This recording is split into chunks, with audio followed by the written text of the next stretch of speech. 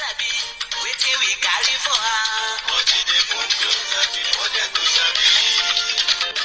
I said they never know wetin we carry for body. But they come closer before them to sabi. Ọ̀gbìn lọ lọ́jà ẹyẹ ìníhùn lóró lájú. Ẹyẹ tó dorí kodò bí àdó ọ̀pẹ̀jẹ̀ lẹ́nu. Ká ṣiṣẹ́ fún ilẹ̀ bàbá wa.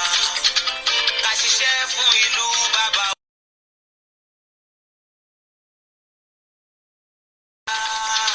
Kájùmọ̀ sowọ́pọ̀ ká lè kó dúdú àga. Òdúdú àkóbá lè gbé wá. Ọmọ òdúdú á ṣe kiri. Ẹ dìde fún ẹ̀tọ́ adúláwọ̀. Ká lè jọ jùmọ̀ lé. Délẹ̀ ìlérí ká wálé gba ògo ilẹ̀ wa. Ká ṣiṣẹ́ ká lè jọ gbàdé. Ká lè gbàdé adé adúláwọ̀. Àwa ni ìmọ̀lẹ̀ tí yóò tàn káàkiri. Koikimedia, àwa là ń gbé tó lárugẹ. Ètò tó pọ̀jù ògbó, ìwà mọ̀lì. Kásá, ẹgbẹ́ polówó ọjà wà kájé gbúgbà yín jẹ. Ètò tó pọ̀jù ògbó, ìwà mọ̀lì. À ń gbé tó lárugẹ, à ń gbàsà lárugẹ. Ètò tó pọ̀jù ògbó, ìwà mọ̀lì. News and sports, ẹ máa rí gbọ́. Ètò tó pọ̀jù ògbó, ìwà mọ̀lì. Ọmọ Ìjẹ̀bú alárẹ̀dì ló ní kí n máa ké tantan. Koikimedia ọ̀rọ̀ lágbájúmọ̀ mi o. Má bá ṣẹ̀rẹ̀ lọ. Ọmọ Yorùbá nìyẹn, ọmọ Yorùbá tata o. À ń gbádùn rẹ̀, ọmọ Ìjẹ̀bú alárẹ̀dì. Ṣẹ́yìn ló máa fi dìbò tẹ̀ mọ́lẹ̀ o. Ẹ̀yin lọ́mọ onígbò máa ń dé máa dé. Ẹ̀yin lọ́mọ onígbò máa wọ̀ o. Igbó máa wọ̀ kájòjì ò gbọ́dọ̀ wọ̀. Àjòjì tó bá wọ̀ bẹ́ẹ̀ á tẹ̀lé ní ẹbọra. Ẹ̀yin lọ máa náwó òyìnbó tó dé. Ìgbà tó yìnbó dé o, owó náà dẹ́ tún pọ̀ sí o. Koikimedia ṣàwa ní bàbá. Koikimedia àwọn ní bàbá. Koikimedia àwọn ní bàbá. Àdáńtọ́ àtúnpèrè gidi. Koikimedia àwọn ní bàbá. Àwa là ń gbé tò lárugẹ jẹ́ ká jọgbọ́ o. Koikimedia àwọn ní bàbá. Àkúnjà fẹ́tọ̀ ilẹ̀ wa fẹ́tọ̀ ilẹ̀ Yorùbá. Koikimedia àwọn ní bàbá. Ọmọ Òdùwà ni wá o tọkàntọkàn. Koikimedia àwọn ní bàbá. Ikú tí ó ṣe bí lébi òsì àdìmú bàbá iyọ̀. Koikimedia àwọn ní bàbá. We bring you up closer to your doorstep. Koikimedia àwọn ní bàbá. Afẹ́fẹ́ tó fẹ́ òòdùn kan kí oko lára ni. Koikimedia àwọn ní bàbá. Àpèrè gèdè Olódùmarè ló fún wa ṣe. Koikimedia àwọn ní bàbá. Gbogbo ayé ẹ gbọ́, àwa ní bàbá o. Koikimedia àwọn ní bàbá. Ẹ máa bọ̀ wá ẹgbẹ́ polówó ọjà yín wá o. Koikimedia àwọn ní bàbá. Òdúdú alágbèdá ní òtítọ́ lágbèdá ní. Koikimedia àwọn ní bàbá. A kì í sọ̀dálẹ̀, a kì í sọdí kẹta. Koikimedia àwọn ní bàbá. Àdúró tán, àtúnpèrè gèdè. Koikimedia àwọn ní bàbá. Koikimedia we bring you up closer to your doorstep. Àwọn ní bàbá. Koikimedia is around. To give us the test. Is around o. Give us the test. Ladies and gentlemen, ẹ mú kálẹ̀ sílẹ̀. Ẹgbẹ́ tí ẹ gbọ́ ètò tó kojú ògbó. Ladies and gentlemen, ẹ mú kálẹ̀ sílẹ̀. Ẹgbẹ́ tí ẹ gbọ́ ètò tó kojú ògbó. Koikimedia is around. To give us the test. Mo kí gbogbo wa pé ẹ kálẹ́ níbi tí ẹ ti ń darapọ̀ mọ́ wa ní orí ìkànnì wa tí a mọ̀ sí Koikimedia. Mo kí gbogbo wa pé ṣé àlàáfíà ni mo rí yín, ṣàlàáfíà ni ẹ wà. Mo kí wa pé a kú bí a ṣe ń polongo Yorùbá Nation tẹ́ bá wo àkọlé ètò títa lẹ́yìn tí a fẹ́ sọ̀rọ̀ lé lórí, ó dá lórí pé kí a túbọ̀ sọ fún ọ̀pọ̀lọpọ̀ ọmọ Yorùbá tó ń bẹ ní diaspora àtọmọ Yorùbá tó ń bẹ nílé pé ilé la wà, torí pé ilẹ̀ wa náà níbi tá à ń polongo, kò ń ṣe ilẹ̀ Haúsá, kò ń ṣe ilẹ̀ Ìgbò. Ìyàtọ̀ tó kọ̀ wá ń bẹ ni pé a fẹ́ switch orúkọ yẹn tó ń pè ní Nàìjíríà. Ọ̀pọ̀lọpọ̀ rò pé n tó le gan ni, bọ̀ kò ń ṣe n tó le tí gbogbo wa bá ti gbà pé ọ̀nà àbáyọ nìyẹn. Ǹjẹ́ àwọn bá gbà? Ǹjẹ́ olóṣèlú gbà? Àwọn ọmọ tó jọmọ Yorùbá tán náà wọ́n fẹ́ Nàìjíríà, kí ni attachment wọn pẹ̀lú Nàìjíríà? Kí ló dé tó ṣe nífẹ̀ẹ́ Nàìjíríà tí wọ́n nífẹ̀ẹ́ Yorùbá tá à ń sọ? Yorùbá ni wọ́n, but wọ́n nífẹ̀ẹ́ Nàìjíríà ju Yorùbá lọ. Ṣé kò yé wọn ni gbogbo ìdí tí a ṣe ń jáde léraléra kò ṣe fún nǹkan kan ju pé awareness tí bàbá wa alànà Professor Adébánjí ọmọ Akíntóyè tó gbélé mi lọ́wọ́ ni pé máa lọ polongo fáwọn ọmọ Yorùbá pé àwọn at 89 years old àwọn ti wà nínú Nàìjíríà for a very long time, so kò dẹ̀ ní any impact kankan. Gbogbo wàhálà táwọn ṣe ó bọ́ sí òfo. Ọ̀pọ̀lọpọ̀ ọmọ Yorùbá nísìn tí èmi náà máa ń ra àwọn ọ̀rẹ́ mi kan, ó máa ń travel, ó máa ń káàkiri, á lọ máa present paper, ẹ máa rí wọn, á lọ máa present policy about this about that, á máa sọ òyìnbó ńláńláńlá. Tó bá máa fi realize pé Nàìjíríà kò ní ṣiṣẹ́ fún wọn, á ti wà too late. And ìdí tí mo ṣe láti sọ fẹ́yìn tẹ́ wà ní Nàìjíríà àtẹ̀yìn tẹ́ wà nílé ni pé our campaign must continue. We need to do everything to wake up millions of Yoruba, home and diaspora now. Mo kí bàbá wa ìbùkún olúwa ológun wa fún super chat ẹ fún wa. Ẹ bá mi gbọ́wọ́lé share button. Mo bẹ̀ yín torí Elédùmarè. Mo kí gbogbo ẹ̀yin ìyá mi tí ẹ ti wọlé. Mo bá grandma mi kan sọ̀rọ̀ nísìn. Wọ́n jí báàgì wọn ní UK. Olè náà wà níbí báyìí o. Wọ́n jí báàgì wọn. Ẹ̀yin ìyá wa, ẹ̀yin grandma, tẹ́ bá ti ń jáde ẹ máa fi àwọn báàgì yẹn ẹ máa fà mọ́ra. Táwọn kan bá ní kẹ́ wá jókòó, ẹ sọ fún wọn pé ẹ fi jókòó, ẹ fi wà pẹ̀lú báàgì yín.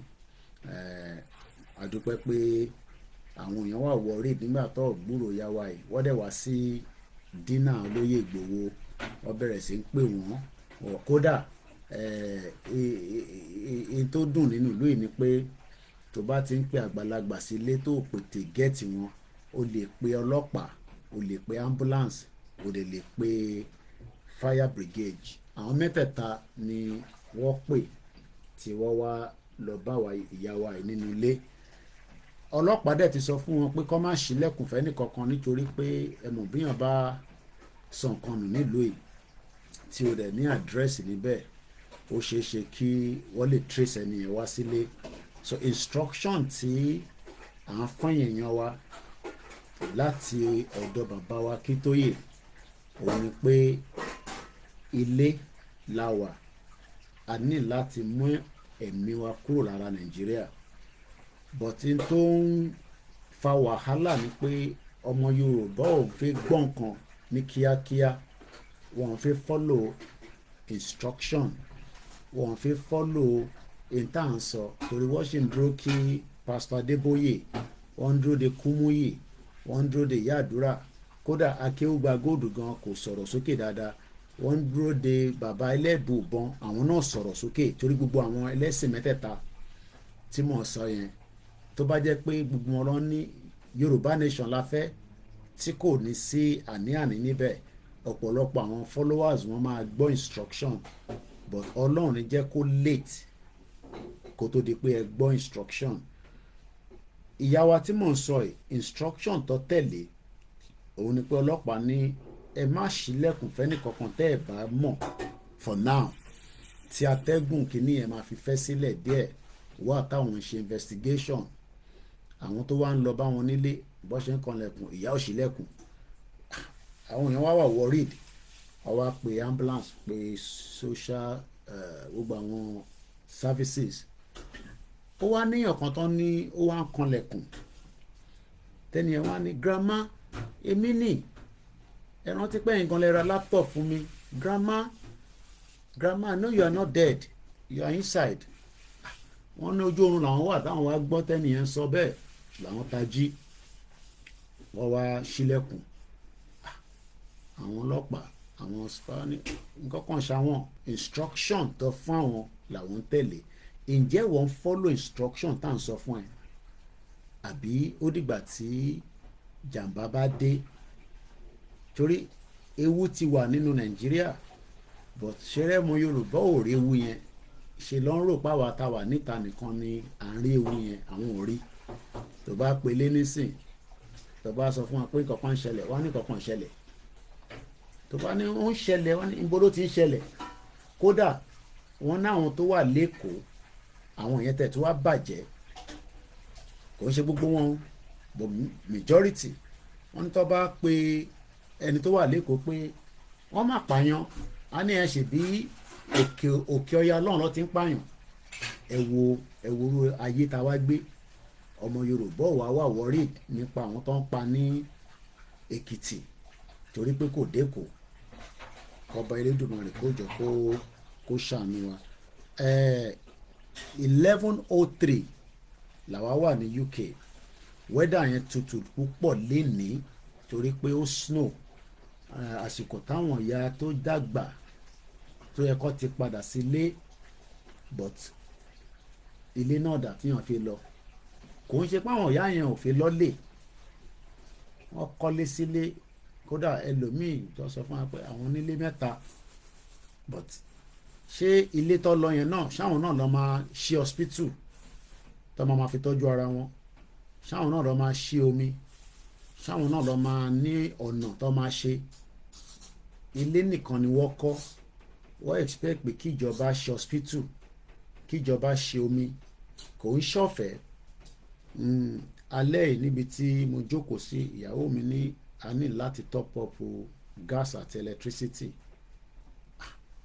Mo á ní èlò la máa lò. Ó sọ iye náà, mo ní èmi ò lóye yẹn, but eléyìí tí mo ní jà sì fi top it up at least. Ìtàn yẹn ló ń ṣiṣẹ́ báyìí lẹ́gbẹ̀ẹ́ mi tó ń rá sí mi lára báyìí. Inú mi dẹ̀ ń dùn pé at least owó mi ṣiṣẹ́, kò ń ṣe ọ̀fẹ́ náà. Services ni à ń sanwó fún service yẹn, ó dẹ̀ ń ṣiṣẹ́. Ǹjẹ́ service tí wọ́n ń sanwó fún ní Nàìjíríà, ǹjẹ́ òun rí service yẹn lò? Ara àdí tá ṣe ń fẹ́ Yorùbá nation nìyẹn. Torí o gbọ́dọ̀ ní service tó gbọ́dọ̀ ṣiṣẹ́. Tó o bá ṣiṣẹ́, a gbọ́dọ̀ pe engineer tó máa wá.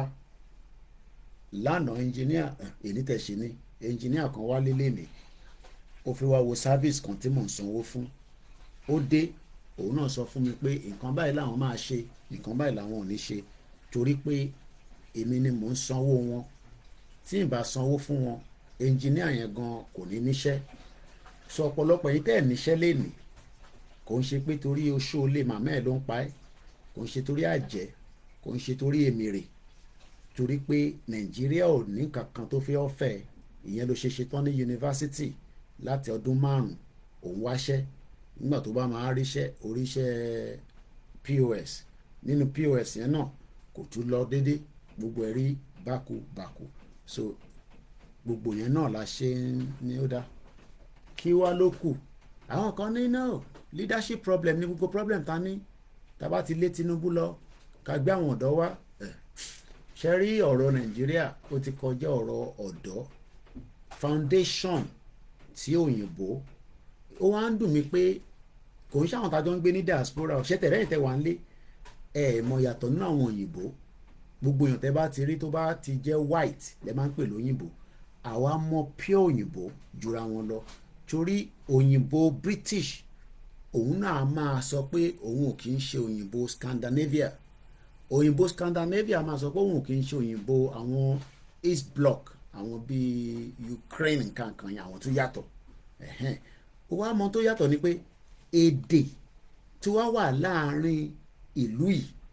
Ẹ̀gbọ́n mi Ṣèyí láti France, wọ́n send message kan sí mi wọ́n ní Wales lẹ́yìn ilé apply anthem wa wọ́n ní Wales used their language to write the scores of the football match against Iceland yẹn ṣàlàyé fún ẹ Wales ó wà lábẹ́ UK gbogbo population UK wọ́n gbé Wales náà mọ́ wọ́n wá lo èdè wọn èdè abínibí wọn wọ́n fi kọ ìdíje football tó ń gbá wọ́n fi èdè wọn kọ nígbà táwa náà bá dá dúró èdè la máa fi ṣe communication tó bá jáde láàárọ̀ la nísìn àsọmọ Nàìjíríà tó bá lọ sínú bank tó bá lọ sínú bank tó ní ó fẹ́ ṣe nǹkan kan tó bá sọ ní Yorùbá ẹni tó wà lórí káńtà á kàn máa wẹ̀ báyìí nítorí pé British tí wọ́n mọ̀ tí wọ́n ń lé táìmì ń sọ fún ẹ pé Britain àwọn òyìnbó àwọn ló fọ́ọ̀sì èdè Gẹ̀ẹ́sì lé wa lẹ́nu kò jẹ́ ká máa sọ èdè Gẹ̀ẹ́sì rárá torí pé kò ń ṣe èdè wa nígbà tí Prime Minister Modi tó wá sí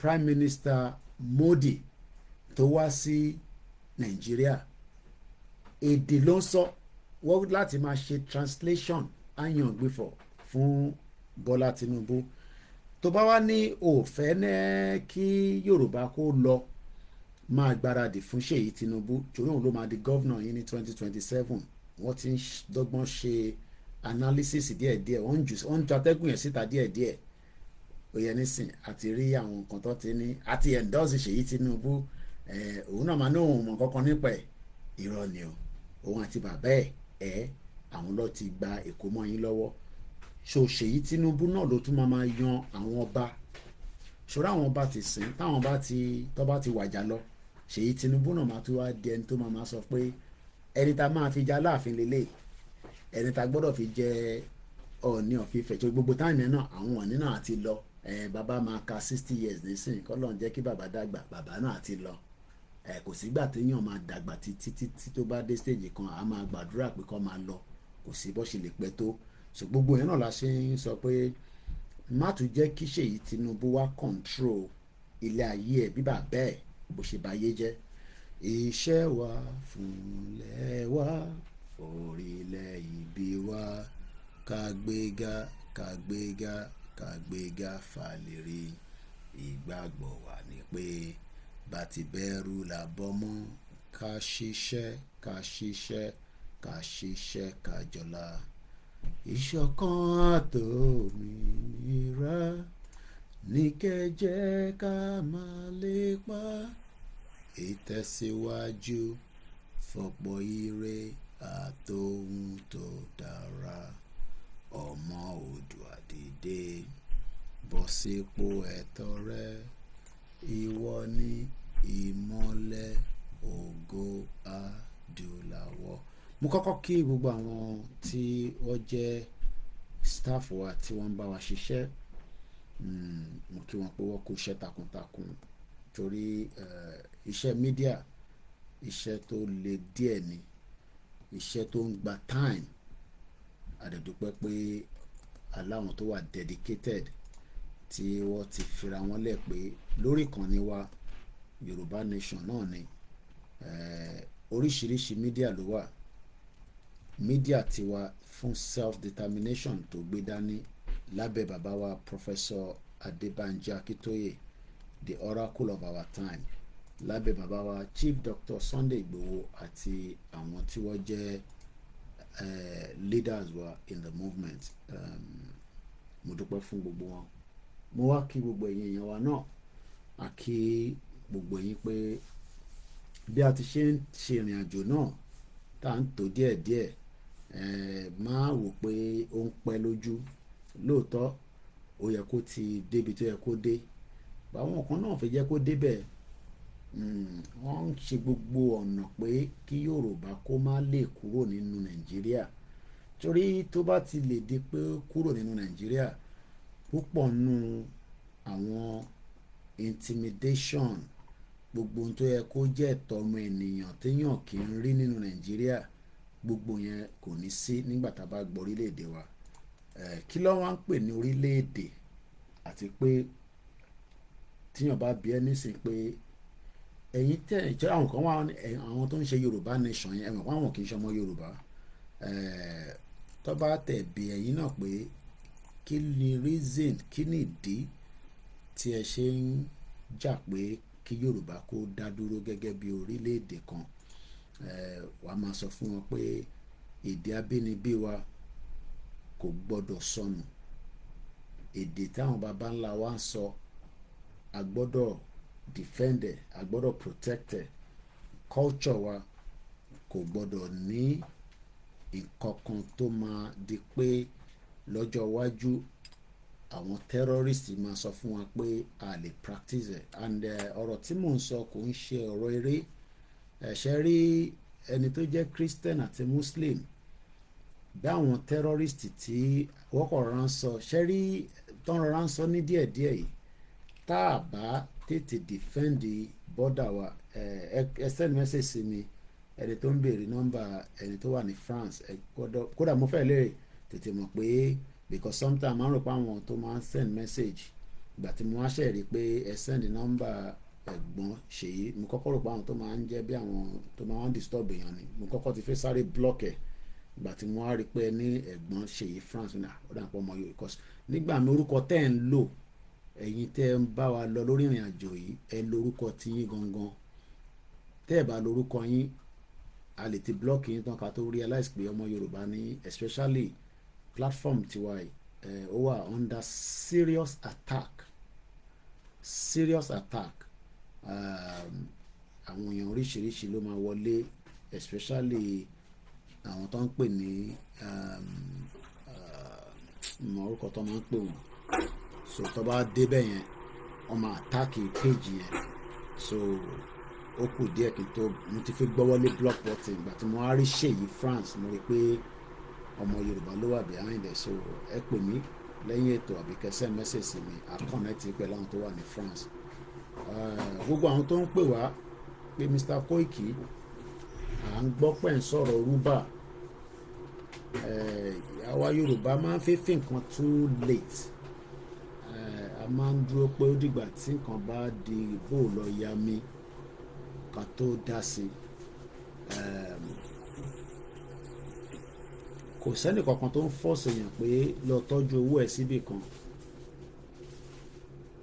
ìwọ náà ní right láti wo ibi tó fi lè tọ́jú owó ẹ̀ sí fẹ́yìn tẹ́ bá ní nìyẹn o tó o bá ní o sì ní right láti ṣírúbà kò ń ṣe full central bank Yorùbá nation no but ó wà láti fi protect owó ọmọ Yorùbá nígbà tí gbogbo àlàárí bí Nàìjíríà ṣe ń lọ Nàìjíríà bó ṣe ń lọ ni pé ó lè lọ for another 20 years èmi ò gbàdúrà ẹ̀ ó dẹ̀ lè tán ní alẹ́ yìí ó lè tán lọ́la ó lè tán ní 4 years from now bọ́ gbogbo pé Nàìjíríà máa tán ó kù sọ́wọ́ gbogbo ọmọ Yorùbá tá bá fẹ́ kó end lálẹ́ yìí ọwọ́ wa ló kù sí tá bá fẹ́ drag ẹ̀ pé kó di 2027 ká fún Ṣèyí Tinubu náà láyè kóun náà di governor mọ́ wa lọ́wọ́ ní Lagos State ó kù sí wa lọ́wọ́ tá bá decide pé èyí tí a ṣe pẹ̀lú Nàìjíríà ó ti ní expiry date just gbogbo tí Nàìjíríà ń lò lọ́wọ́ nísìn ó ń lo spare time àbí extra time tá bá dẹ̀ push ẹ̀ dáadáa á collapse tá a bá push ẹ̀ ju bó ṣe yẹ lọ òun náà fi collapse àbọ̀rọ̀mọ̀ yẹn nísìn tí a bá push situation Nàìjíríà yìí dáadáa kò ní collapse but n tí a lè give up lé lórí òun ni awareness àti campaign òun nìkan ṣe ni weapon ta ní tí wọ́n lè gbà lọ́wọ́ wa kò sí iye tí ìjọba Tinubu àbí Fúlàní àbí àwọn international community kò sí iye tó lè ná láti fi dá campaign yẹn dúró. Wọ́n lè slow it down bó wọ́n lè dá dúró, torí pé bọ́bá tẹ̀ ń sàṣìwá tó ní ràn wá, torí àwa kan a dúró lórí àpáta Jésù Kristi, àwa kan dẹ̀ dúró lórí ìṣẹ̀ṣe, àwa kan wá dúró lórí pé wákàtí 5 tí a fi ń bẹ Ọlọ́run, gbogbo àṣìṣe pé campaign ò ní lọ mọ́ torí ohun olóṣèlú pé àwọn tó ń campaign kọ́ tẹ̀ mẹ́nu kúrò nínú ẹ̀ díẹ̀, but ó ń difficult fún wọn because wọ́n rí i pé kò possible.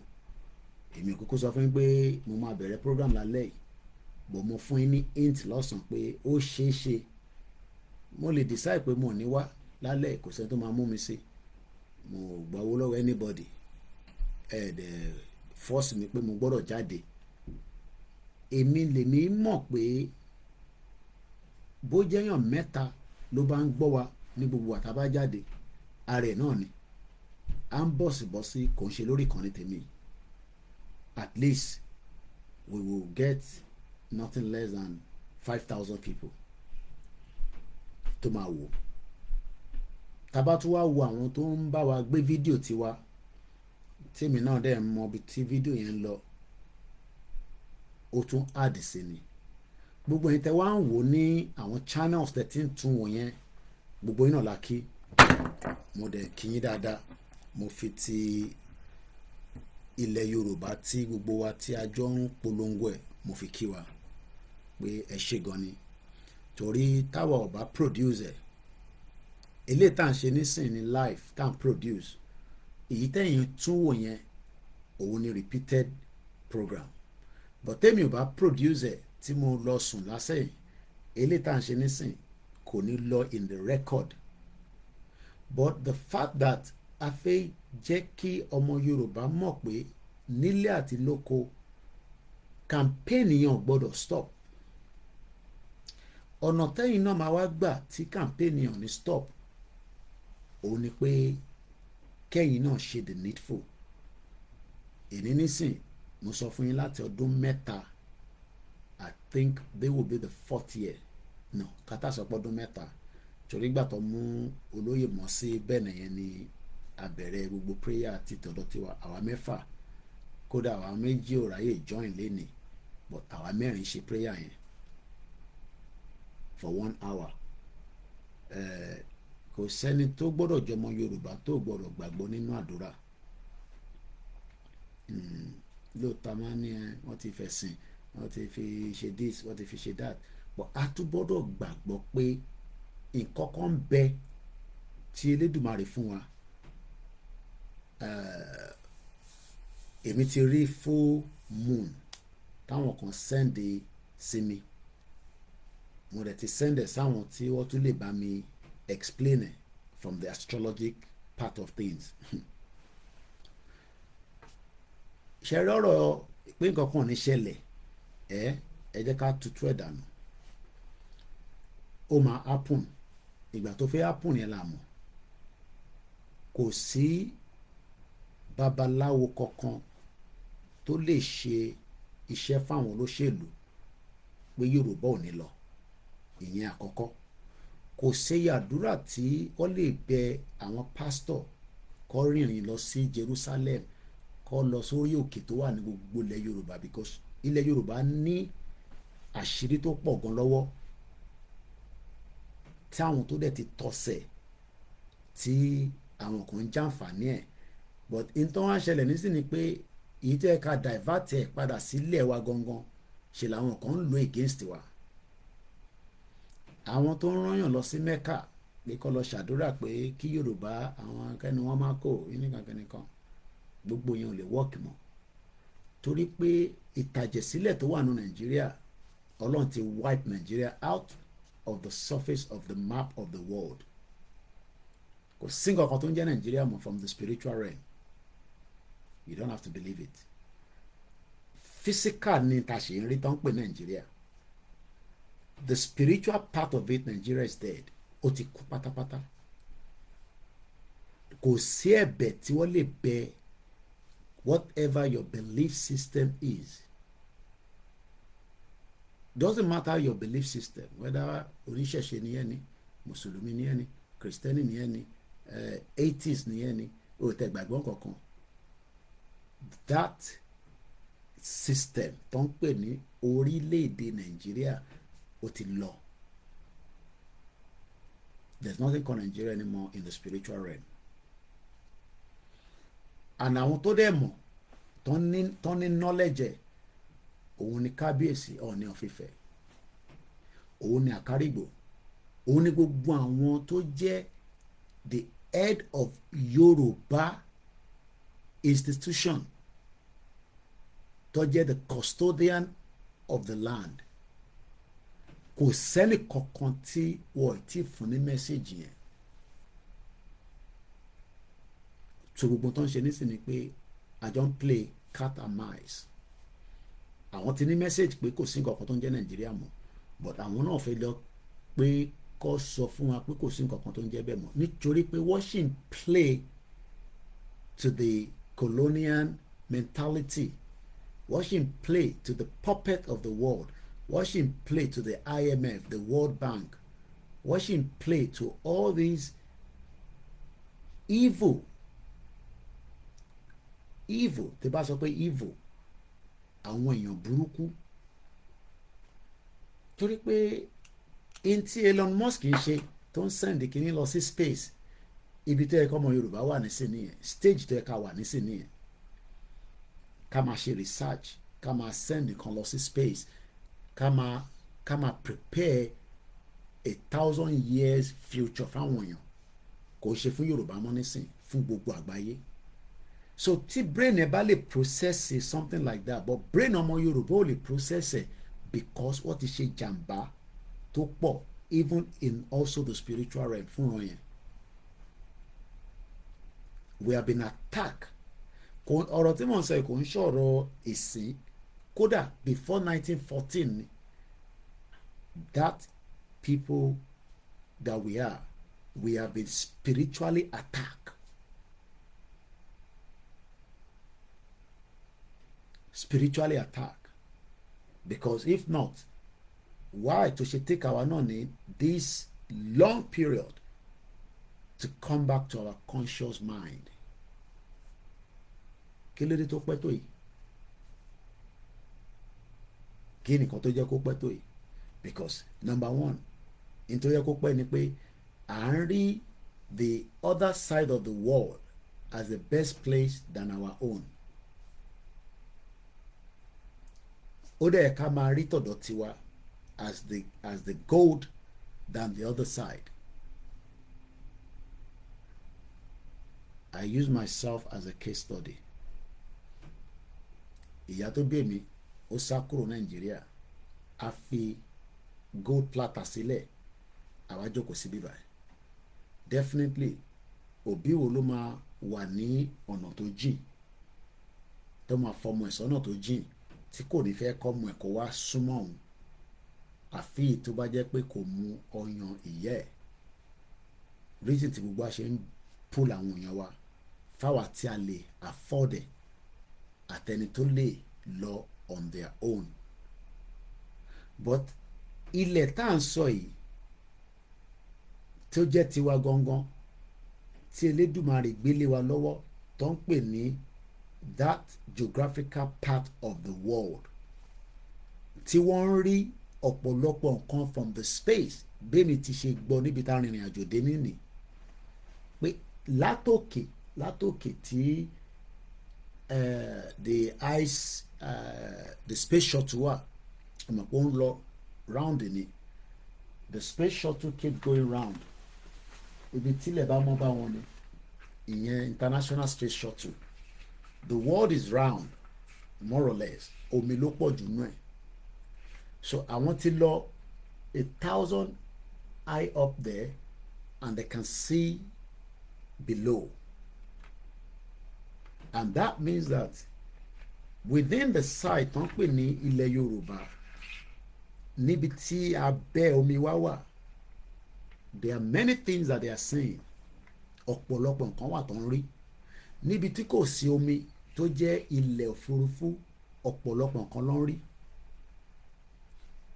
but ọmọ Yorùbá ò tí ì rí àwọn nǹkan yẹn torí pé ojú tí wọ́n fi ń rí ojú straight line ni àwọn tó ń wò látòkè wọ́n ń rí deep and that is why wọ́n ní kí Indian kan wá kó wá set up company ara ilẹ̀ tó pọ̀ ẹ̀yin ọmọ tó ń ṣe lórí ilẹ̀ yẹn mọ́ wọ́n ti fence it out and everybody knows what I'm talking about wàá pọ̀ dá factories ṣẹ́rí gbogbo wọ́n dá factories sílẹ̀ wọ́n dá kíní kan sílẹ̀ all those are gimmicks the world is an evil place ìyẹn ló easy fún wọn láti set up but in tó fẹ́ mú nínú ilẹ̀ yẹn gangan ẹ̀yin ò rí mọ́ àwa díẹ̀ tí wọ́n push out of the equator of our land àwa tá a wà lórí ilẹ̀ tó dá wọ́n wá push wa out ẹni tó yẹ kó wà ní Kwara wọ́n ti push it out òun náà tó wá jókòó sí Lagos State ẹni tó yẹ kó wà lọ́ṣun wọ́n push it out òun lọ sí Libya ẹni tó yẹ kó wà ní Ogun State wọ́n push it out ó wà ní UK wọ́n wá push gbogbo out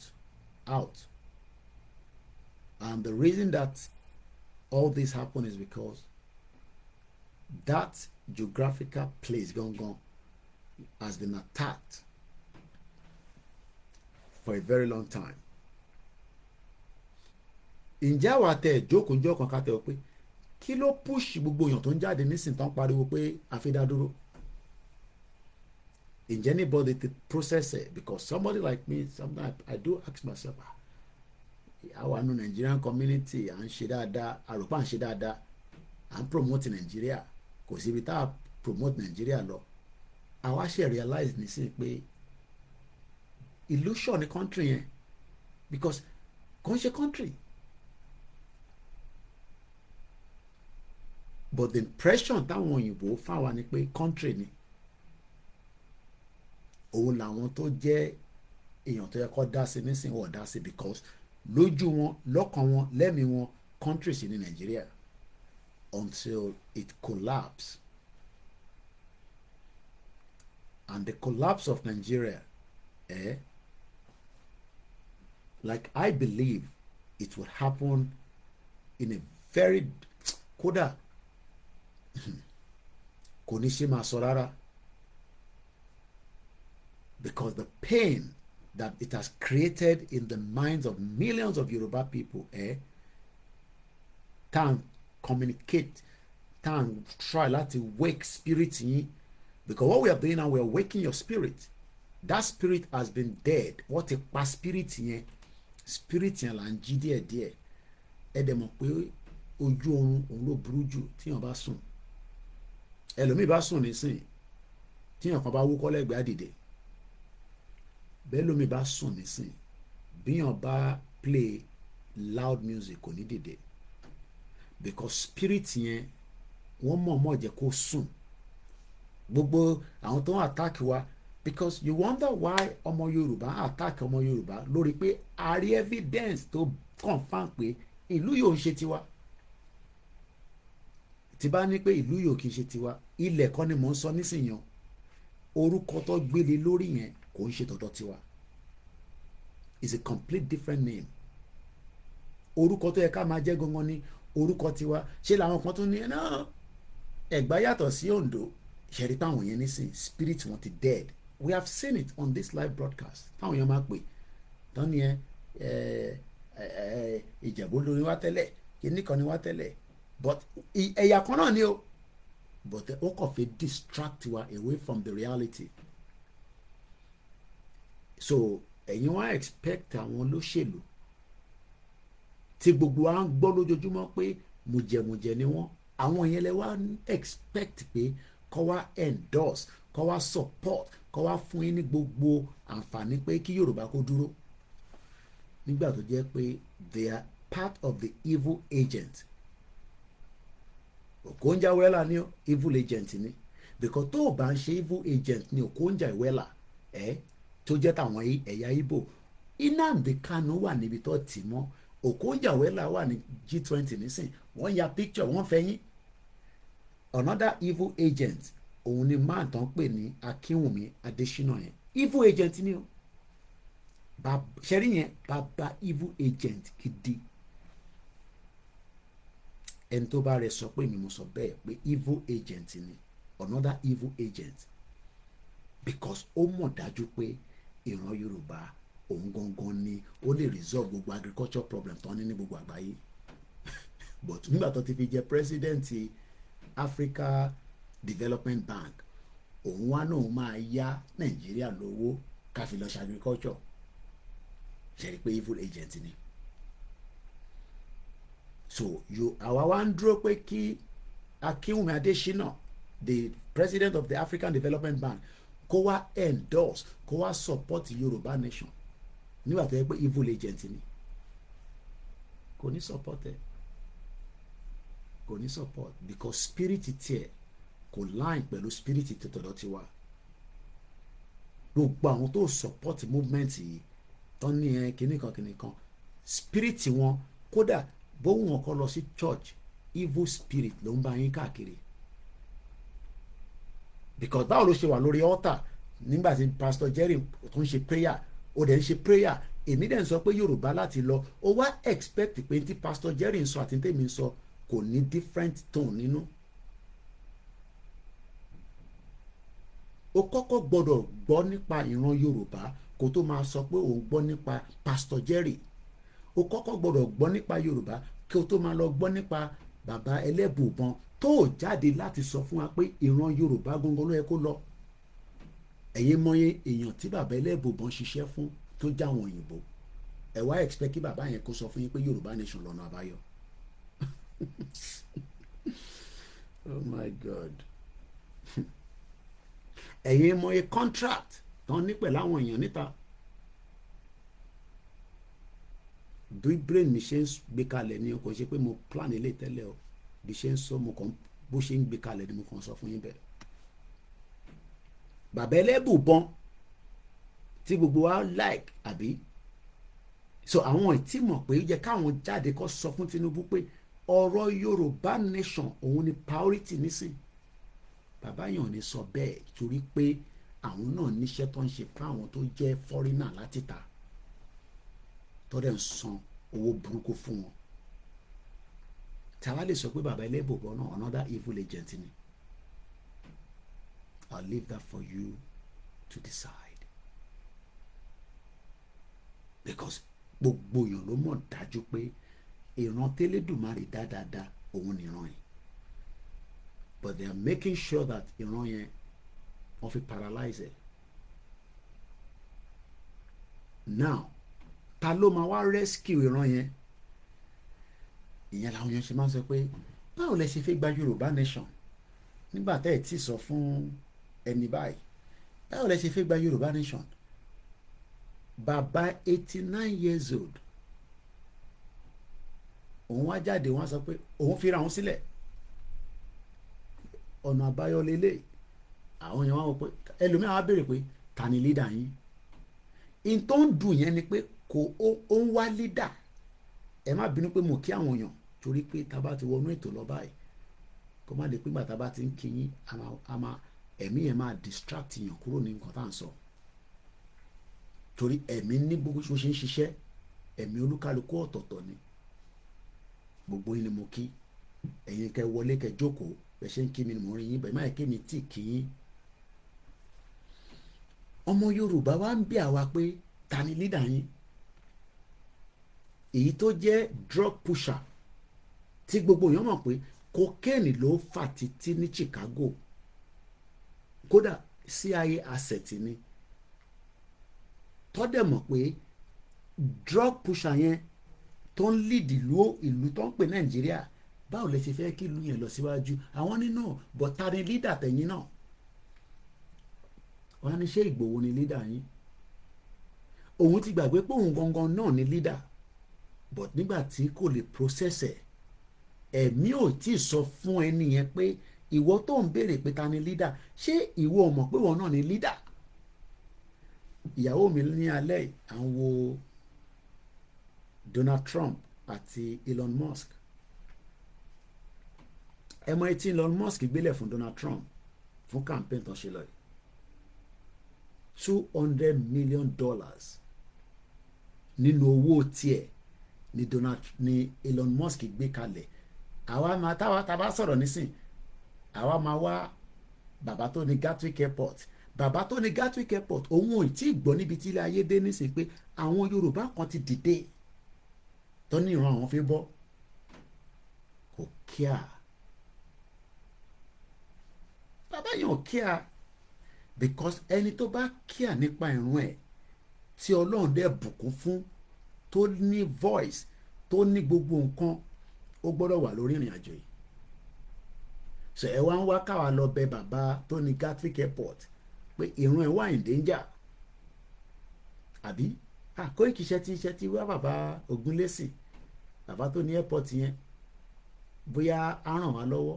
So etí bàbá yẹn di níbi tó wà láti ibi tí a ti ń pariwo Yorùbá nation fọdún mẹ́rin níbi táwọn ní nẹ́tíwọ́ọ̀kì dé kò gbọ́ pé ìran ẹ̀ ó wà in danger. Wọ́n ò lè rí because they are part of the system. ẹ wá wà wá tí a ní kankan àwa tí Ọlọ́run kọ́ ọ̀dá ẹlòmíì nísìn ohun kó ṣe bọ̀kọ̀ èrò ní ẹlòmíì fi ara ẹ̀ sílẹ̀. èèyàn kan pè mí láti ilé lára àwọn ọmọ wa tí wọ́n jáde nígbà tí a lọ sí Ọjọ́ta. ó ti wá wà injured. àtọ́ pè mí ṣàṣọ gbogbo ẹ̀ ó dúpẹ́ lọ́wọ́ àwọn tí wọ́n ràn lọ́wọ́ and as usual is also asking for support. mọ̀nàdà máa bẹ́ẹ̀ báwọn tó jẹ́ àwọn leaders wa sọ̀rọ̀ lókè kò ṣe tèmi fẹ́ fún ẹ tó lè resolve any problem but kí ló tẹ̀ ń ṣe tẹ́lẹ̀ kó tó di pé ó lọ sọ́jọ́ ta nǹkan kó tó di pé kẹ́ máa wọnú too much of the details ṣàṣọ nǹkan tó ń ṣe tẹ́lẹ̀. mo wá ní at least ìwọ tẹ̀ fara ẹ̀ sílẹ̀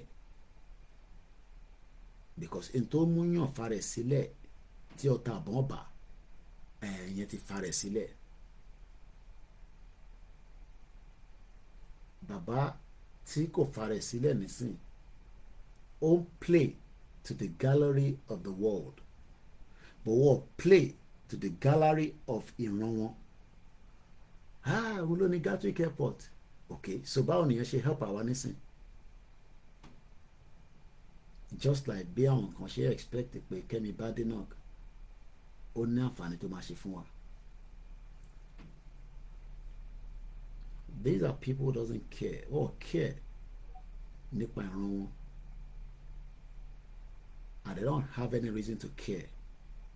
ẹni tó bá care nípa ìran ẹ̀ ní wákàtí ní sáà yìí tá à ń pariwo Yorùbá nation kò gbọdọ̀ tún sọ nǹkan kan mí ju pé Yorùbá nation yẹn náà ni. ẹni tó bá sì tún sọ pé tàbí ṣùgbọ́n ká lọ báyìí ká ṣe restructure ká redefine ẹ̀ ọkọ̀ fi divert attention wa kúrò nínú ibi tí Elédùmarè fẹ́ gbé wa lọ gangan. And the longer tá a bá ṣe ń pẹ́ the more our spirit will not activate fully láti support the global world that we are living today. Because ilé ayé tá à ń gbé nísìn àwa Yorùbá náà ní role tá a fẹ́ play everybody dẹ̀ mọ̀. But àwọn èèyàn fẹ́ play role yẹn nínú Nàìjíríà like Ṣòwòrẹ́ ó ń waste time ààrẹ. báwo ni ọmọ tó wá láti that region of Ondo State àná òun jà fún Nàìjíríà àwọn ní ẹbọ tó ń jà fún Yorùbá náà òun jà fún Biafra ibi tó yẹ kí gbogbo wa jà sí nìkan òun ni and the same thing pẹ̀lú Délé Fárótìmí they are not being coming out fully láti sọ pé Yorùbá ni kó lọ kódà ó yẹ ká máa gbọ́ lẹ́nu wọn pé tó bá fẹ́ dogun sẹ́ àní kò dogun bọ̀ àwa máa bẹ Ọlọ́run pé kó má jẹ́ kó dogun bọ̀ nígbà táwa kan tí à ń dúró de Ògúnlẹ́sì gbogbo owó táwọn wá pátá ó wà lọ́wọ́ Ògúnlẹ́sì láti fi jàjà yìí Donald Trump tí Elon Musk gbé £200 million àbí $200 million fún Donald Trump gbọ́dọ̀ máa tẹ̀lé káàkiri nísìnyí. Àwọn méjèèjì jọ lọ síbi tí Elon Musk ti kiri à ń pe space kìíní ẹ̀kan lọ lánàá bí àdájì dẹ̀ ni the president lọ síbẹ̀. Gbogbo owó tá à ń wá pátá ó wà lọ́wọ́ Ògúnlẹ́sẹ̀, ó wà lọ́wọ́ Anthony Joshua, but they are not gonna play the role. Ó wà lọ́wọ́ Fẹ́mi Ọ̀tẹ́dọ́lá, but Fẹ́mi Ọ̀tẹ́dọ́lá fẹ́ di gàbá, òun náà fẹ́ di another king kaba nínú Nàìjíríà bíi Tony Elémèlú. Ṣé wàá rí i pé ó bẹ́tà ká destroy gbogbo ẹ̀? Àwọn tó ní ká blow airport wọ́ọ̀ run pẹ̀lú ẹ̀. Ibi tá a bá ti blow airport tó bá ibi tí Davido fi páàkì jẹ́tẹ̀ sí àfẹ́rẹ́ gbogbo ibi tó bá páàkì jẹ́tì sí a máa blow gbogbo ẹ̀ pátá látòkè délé a máa destroy gbogbo ẹ̀. A ní the bomb ẹ kọ̀ rọ iyẹ̀pẹ̀ bí yàn kan ṣe sọ fún wa ẹ rọ iyẹ̀pẹ̀ kẹ fòwú sí kẹ rọ petrol sí ká laná mọ́ bẹ́ẹ̀ tá a bá laná tó jẹ́ bí iná kódà tó o bá jó gbogbo ẹ̀ tán any airline in the world wọ́n bí bàbá wọn dà kọ́ lọ páàkì plane wọn síbi tí fire bá wà ní airport.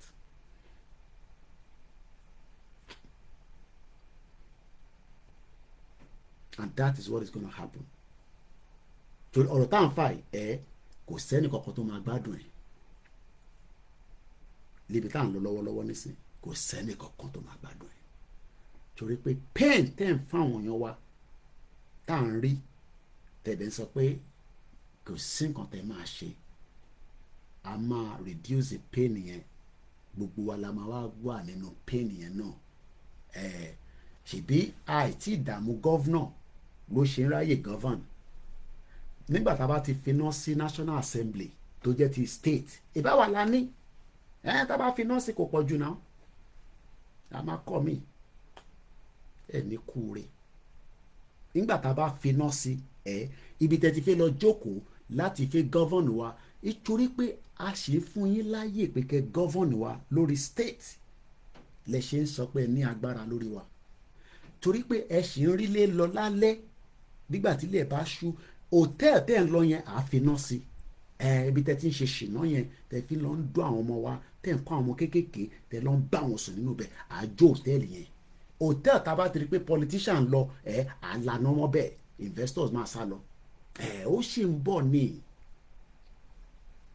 kò sẹ́ni kankan tó máa gbádùn ẹ̀ ní kúure ni mo sọ fún yín n tó mú IRA tó finá sí Oxford Circus kò sí bàbá ńlá Yorùbá kan tó sọ fún mi pé a lè finá sẹ́ni ìwẹ̀ nílẹ̀ Yorùbá ní ṣoríire ni mo sọ fún yín Ògún máa pa gbogbo yín ni n tó mú IRA tó bọ́ǹbù káàkiri àwọn ní láti bọ́ǹbù iná la máa fi sí Ṣàngó la máa rán sí iná ní Ṣàngó àbẹ̀ á máa laná mọ́ gbogbo ẹ̀